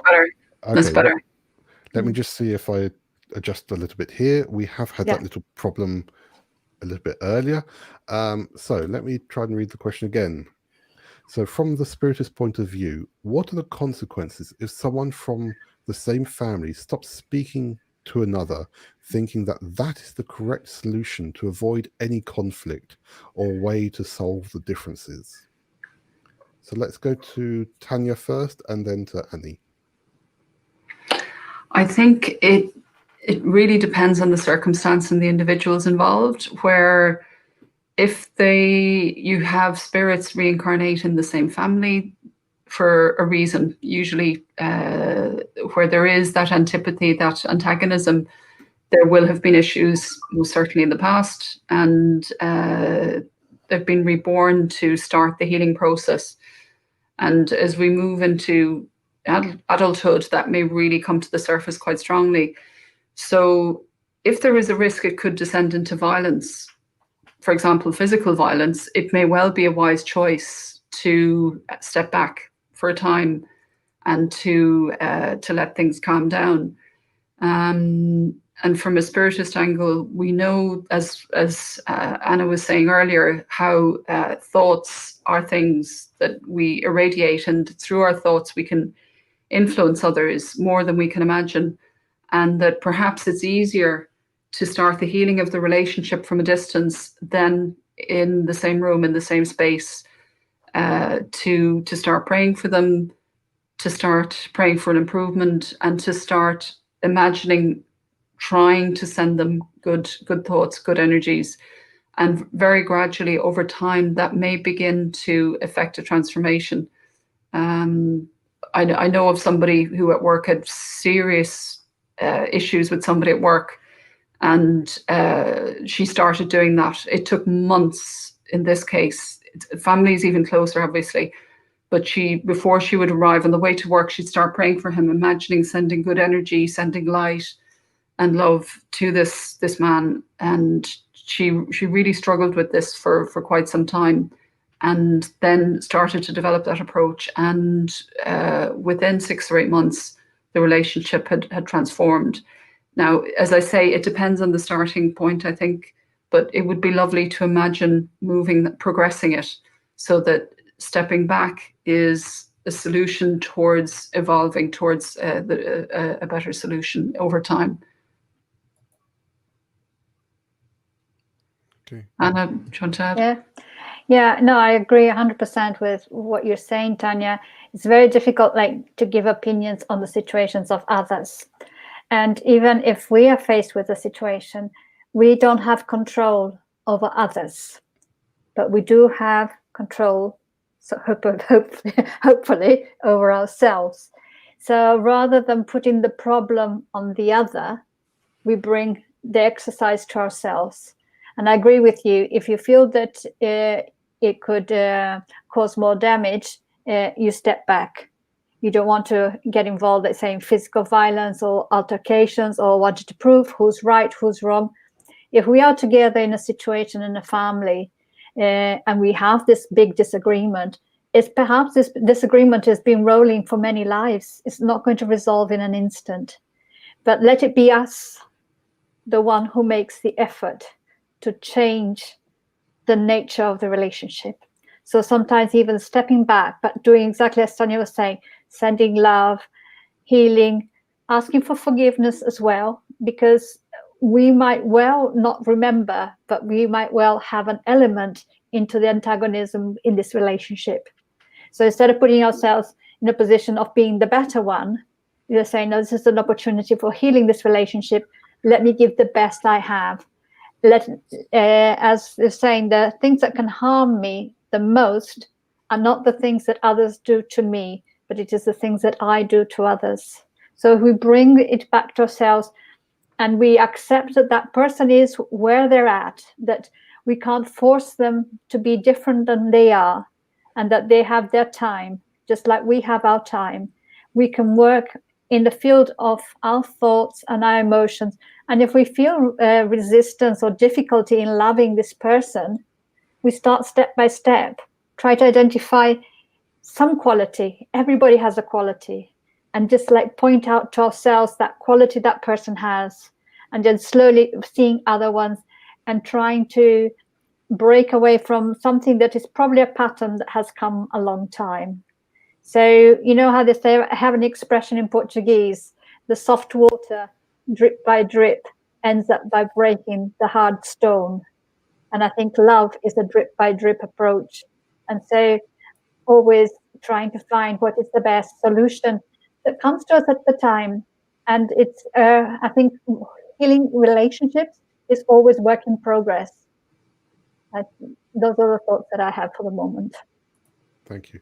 And definitely, when we think about the consequence side of it from the Spiritism, the Spirit's book and the Gospel according to Spiritism can teach us so much about how to watch our actions, about how we should reflect and think about things before we do them. And you're absolutely right. We need to think more about our own actions, our own reactions, rather than the actions of someone else, because we can't always change that other person. So let's go to the next question. And actually, this is quite an interesting one for Humberto. So, do you believe that one day Spiritism could be one of the subjects of a philosophical education degree? Well, this is a very interesting question, and I do not believe that it is necessary that we have Spiritism specifically taught in the schools or in the universities, because Spiritism is a branch, or it's a specific school of spiritualism. What I think is more fundamental and more necessary is that we again start teaching the idea of the survival of consciousness after bodily death. and the independence of consciousness, which is a pretty traditional teaching in all the history of philosophy. René Descartes and Plato and Thomas Aquinas, as I said, they taught exactly that for thousands of years. And until the 20th century, we were used to have this idea of immortality close connected to the virtue. In fact, spirituality or spiritualism depends on two fundamental ideas.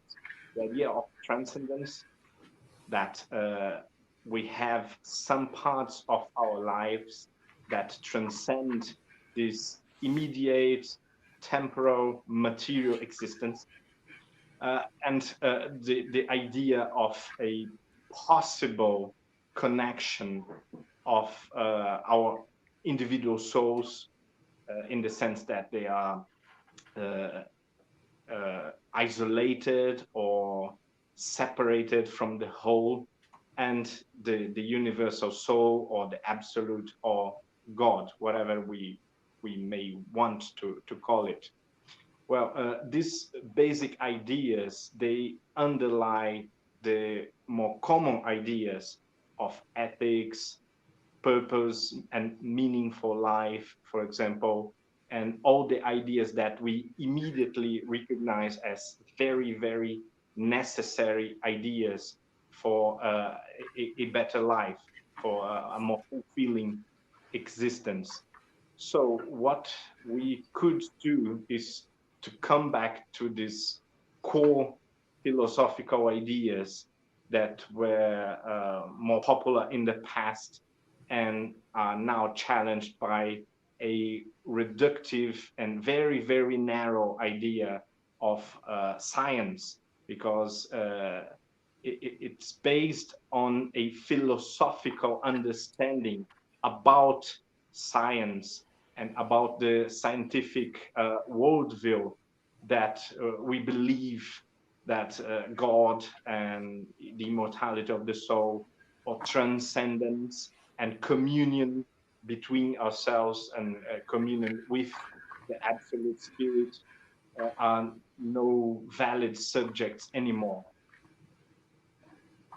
Yep.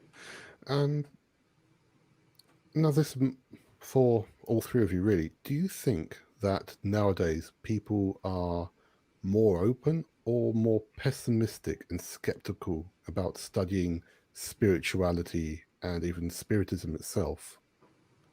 So let's go to Annie first. Yeah, I think that I think people are more open nowadays. I think that if you are interested, it's much easier to access information. People use other words, because lots of the words around spirituality are linked to the church and the past negative experiences. So I have friends who, when they talk of the universe, or the universe conspired so that this could happen. In a way, for me, they're talking about, God and God's laws, but they would never tolerate the word God, because it would cause them antagonism because of the past and the established religions. So they use a different word. They use the universe. They talk about energy, meaning the spirit. So they're talking about, I think it's just being able to read and see what is our language. How do we say, what exactly are you meaning? Because if we think about it, just as I was saying in the talk, that mediumship is inherent to humanity. Our awareness of our spirituality is inherent in us. So if it's been kind of blocked from our discussions in some way, we think that, that will come forth one point, and we'll have to, people will use the words that are available to them. And I think that there is perhaps going forward a need even for the development of new language in which we can communicate things better and detach from all this past, what do I call it, negativity that's attached to certain words, of the way they've developed, and just creating a new way of communicating. I do think that human beings, with some exceptions, of course, always, do have a need for transcendence, do have a need for searching the spiritual. We've lived a very sort of materialistic life in the last 50 years or so after the war and whatever here in Europe, and you feel people do have a thirst for some way of expressing their spirituality, their transcendence, and I think there is a search going on in society, questioning. So you've thrown out the churches, what are you going to put in place? And people are trying to find their own ways of expressing it. So I think it's an interesting way to see how things are going to develop, but we can't deny who we are. We are spirit temporarily in a body, and that does come forth at some point in our lives. Yeah. Tanya, your thoughts about that? I'd very much agree with Anna. I think that I think people are open, but I think, like Anna, that it's the language we use is very important. That we use language that's accessible, that's I'm trying to think of another word, but neutral is, I guess, the closest that I can think of, that doesn't press people's buttons from the past, whether in this lifetime or in previous lifetimes, and that is closer to the philosophical and the scientific. And I think the more that an evidence base comes through on the scientific side, the more supportive that will be, I think, of people really embracing that and welcoming it as a relief, because they do want that certainty.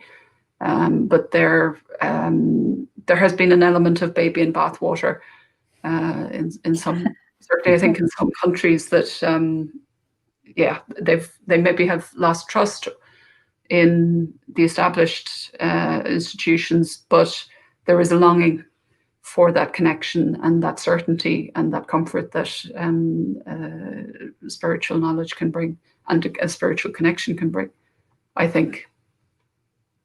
Yeah, that's great.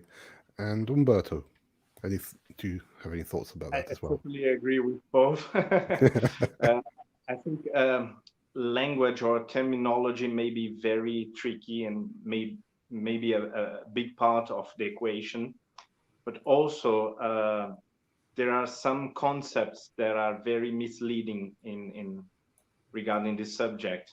For example, Harvard mathematician Tyler Vanderweel, who works in the School of Medicine, has been working with statistics about church attendance and similar subjects. And we know from him that the best scientific research shows that church attendance or temple attendance weekly is a very common phenomena in our days, and it's not diminishing in recent years or in recent decades. On the contrary, in many places, people are more interested in even in formal and traditional religious experience, so that part of our understanding and part of our view about the subject is a bit misoriented or something of the sort. In general, I would say that people recognize, as I spoke in the talk about the motivational speeches, people are very eager to embrace positive or spiritual discourse in disguise when it's only for practical purposes. If you can cut off the idea of God or soul and speaking about transcendence or resilience or virtue or eternity or the mastery of the soul over the body, people are very happy to accept these ideas, and even desperate to accept these ideas, maybe now more than in the past. Yeah, that's great. Thank you. And, you know, I think that it is a case of people just need to sit down and study.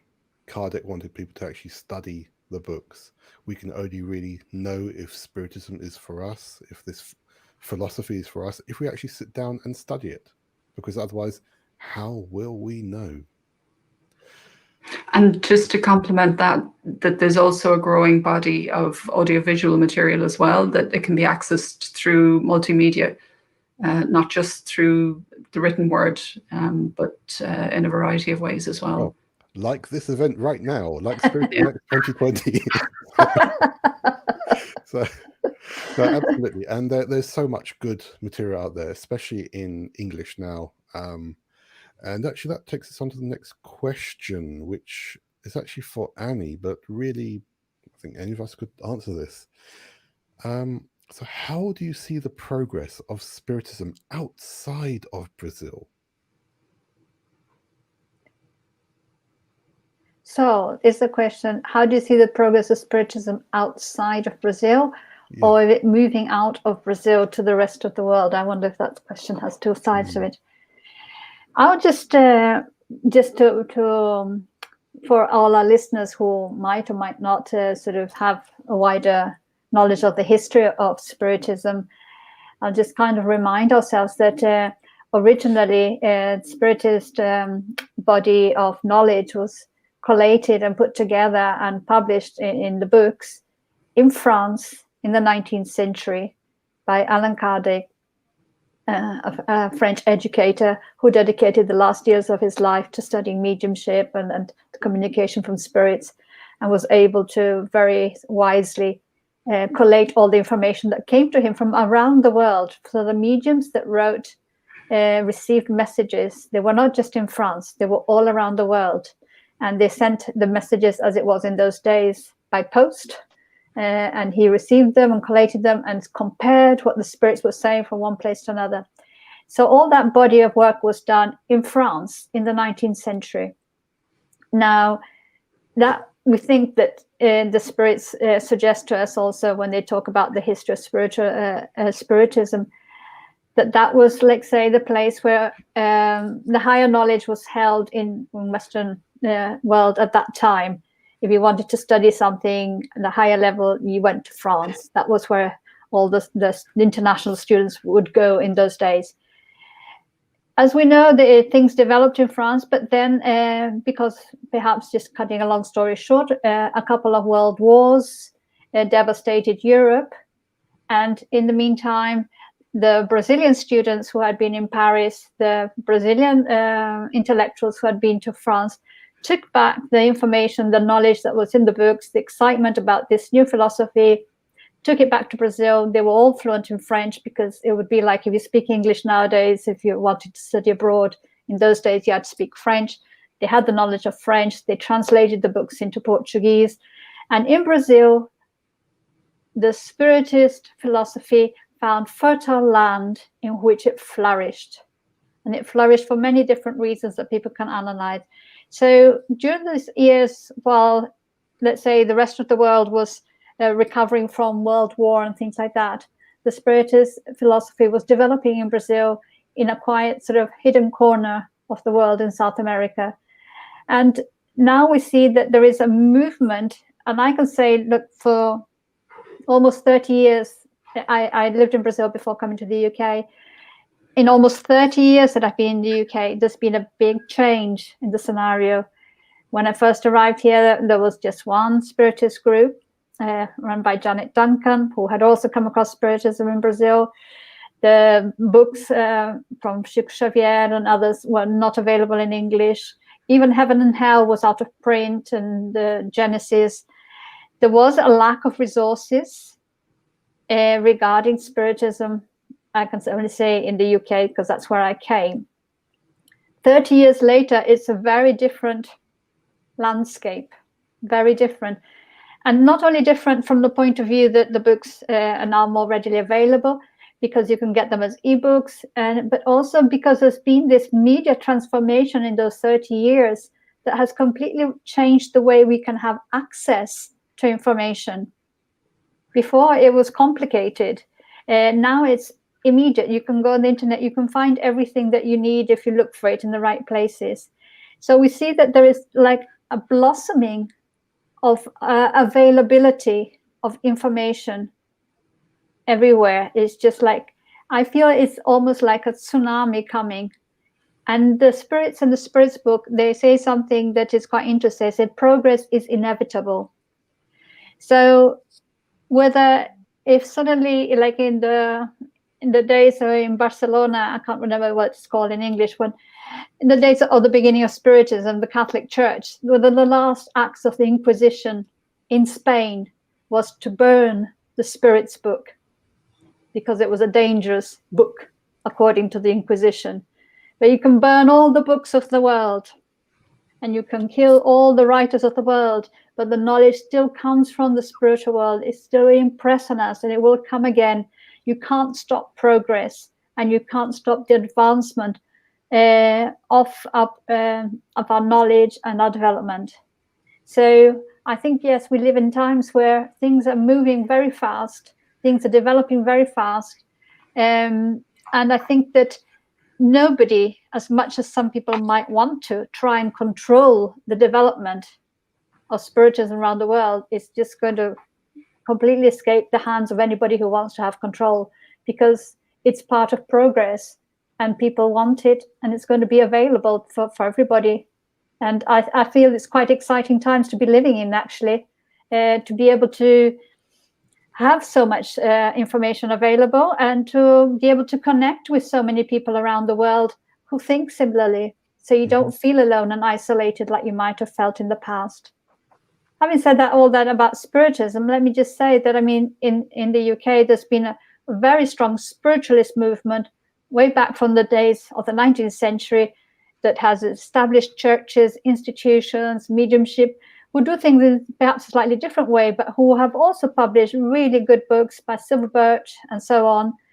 And I think that it will come a time also in which we can value the differences and we can look at each other and learn from each other, rather than saying, oh, my option is better than yours, I know better, or, you know, this kind of thing. We're saying, oh, let's see, what have you got in your basket? Let's have a sharing of our knowledge and a growth that is more free of control. In a way, I feel those tentacles of the Inquisition still hovering somewhere in the background when people say you shouldn't read this book or you shouldn't read that book.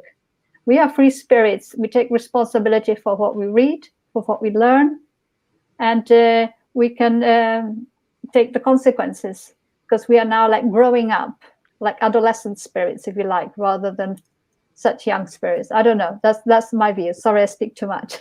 No, that's wonderful. Thank you, Annie.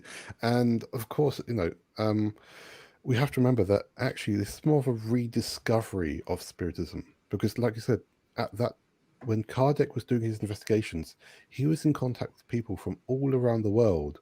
So letters from America, from South America, from all around Europe, and Africa. Yeah, exactly. And one thing which I actually stumbled across recently is a document about how Spiritism spread to Iran. And we have to remember that we are talking about Spiritism being the works of Kardec, because many people have used Spiritism and Spiritist to mean spiritualist and spiritualism. But this is a very, very interesting document which I found about, saying about how they simply, because scholars from Iran went to France to study, and they studied around the time of Kardec and took Spiritism back with them. And they almost adopted it as a national philosophy. So, you know, I think, you know, Spiritism around the world, it will always be around the world. And like you said, the messages are not from us. The instructions are not from us. So they will come to us at some point or another. Kardec had the spirits communicating through him because they wanted that information. If we get rid of Spiritism now, it will come back again in the future. They'll come back and find a way to bring us more information. Well, unfortunately, we have come up to the very end of this. So I'd like to thank you all again, Humberto, Annie, and Tanya, for your talks, for being here with the Q&A. So I'm going to put you backstage once again, and I'll come back to you in just a moment. But thank you once again. And ladies and gentlemen who are watching us right now on Facebook and YouTube, thank you for being with us. Let's have some final hellos here, because we have Alcino with us, we have Simone with us, we have Elsa with us, Marco, Mariana, we have our friend Ebony over in the Caribbean who's with us. Thank you so much for being with us, Luciano as well. So look, thank you everyone for being with us. Thank you everyone who's contributed to questions during this event. Thank you to everyone who's contributed with donations to the High Five campaign. Thank you to everyone for being here. And thank you to all of our lecturers from the past 2 days, from these 4 blocks. So thank you. Thank you, thank you, thank you. Charles, Elsa, Alcino, Sylvia, Jusara, Steven, Tanya, Dan, Irasi, Luis Mario, Florenzo, Marlon, Evanise, Tanya, Annie, and Humberto. Thank you so much to our Livestream partners, the Irish Spiritist Federation, Hedge Amigo Spirita, Kardec Radio, and the International Spiritist Council. Thank you to everyone who sent their hellos and questions. Thank you to all the Spiritist groups who have been supporting us. And if I bring up the correct one. Oh, sorry, I absolutely forgot. We almost didn't give away our fourth prize. So as another thank you, let's choose the name again. So look, here's the hat. I'm going to choose a name from the hat. Please send a hooray or a gagne if it's you. So the name is Anton Pia. Anton Pia. There may be the delay in wherever you're watching, but hopefully, Anton Pia, if you're watching with us. Otherwise, we'll choose another name off the transmission and we'll contact that person. But if you're with us, that's great.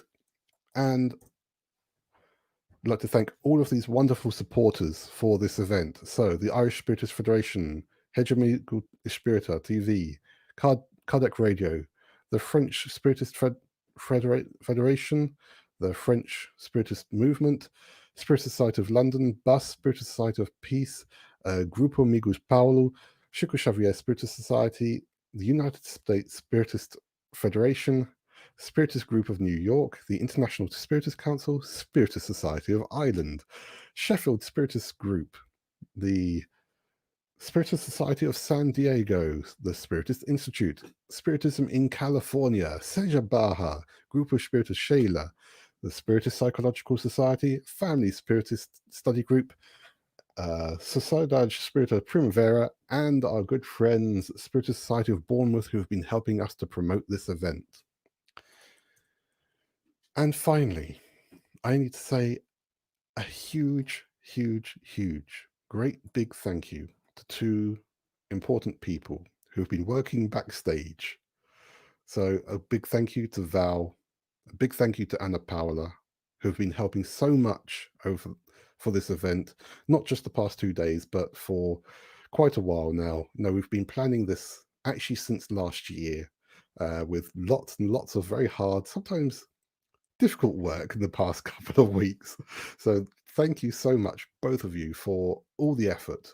They are the other directors of Kardec Group along with me, and without their effort and their hard work, this event would not be what it is. So thank you so much. And again, thank you everyone who's been watching, for your likes, for your subscribes. Thank you to everyone who's liked us on Facebook, and you can carry on liking us, following us on Facebook and Instagram, on YouTube. And sorry, I'm just being told another message. No, I'm being told that I need to choose another name from the hat. Okay, so let's choose yet another name from the hat.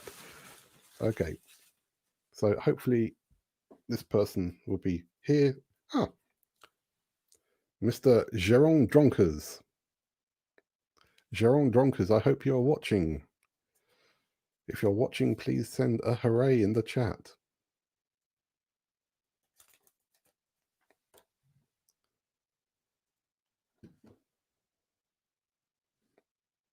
Well, unfortunately, we don't have much more time. So just for me to say once again, thank you to everyone. Please contact us. Let us know what you thought of this event. Thank you all for everyone who's been supporting us. And we hope that you keep safe, keep well, and we look forward to seeing you all again at some point soon.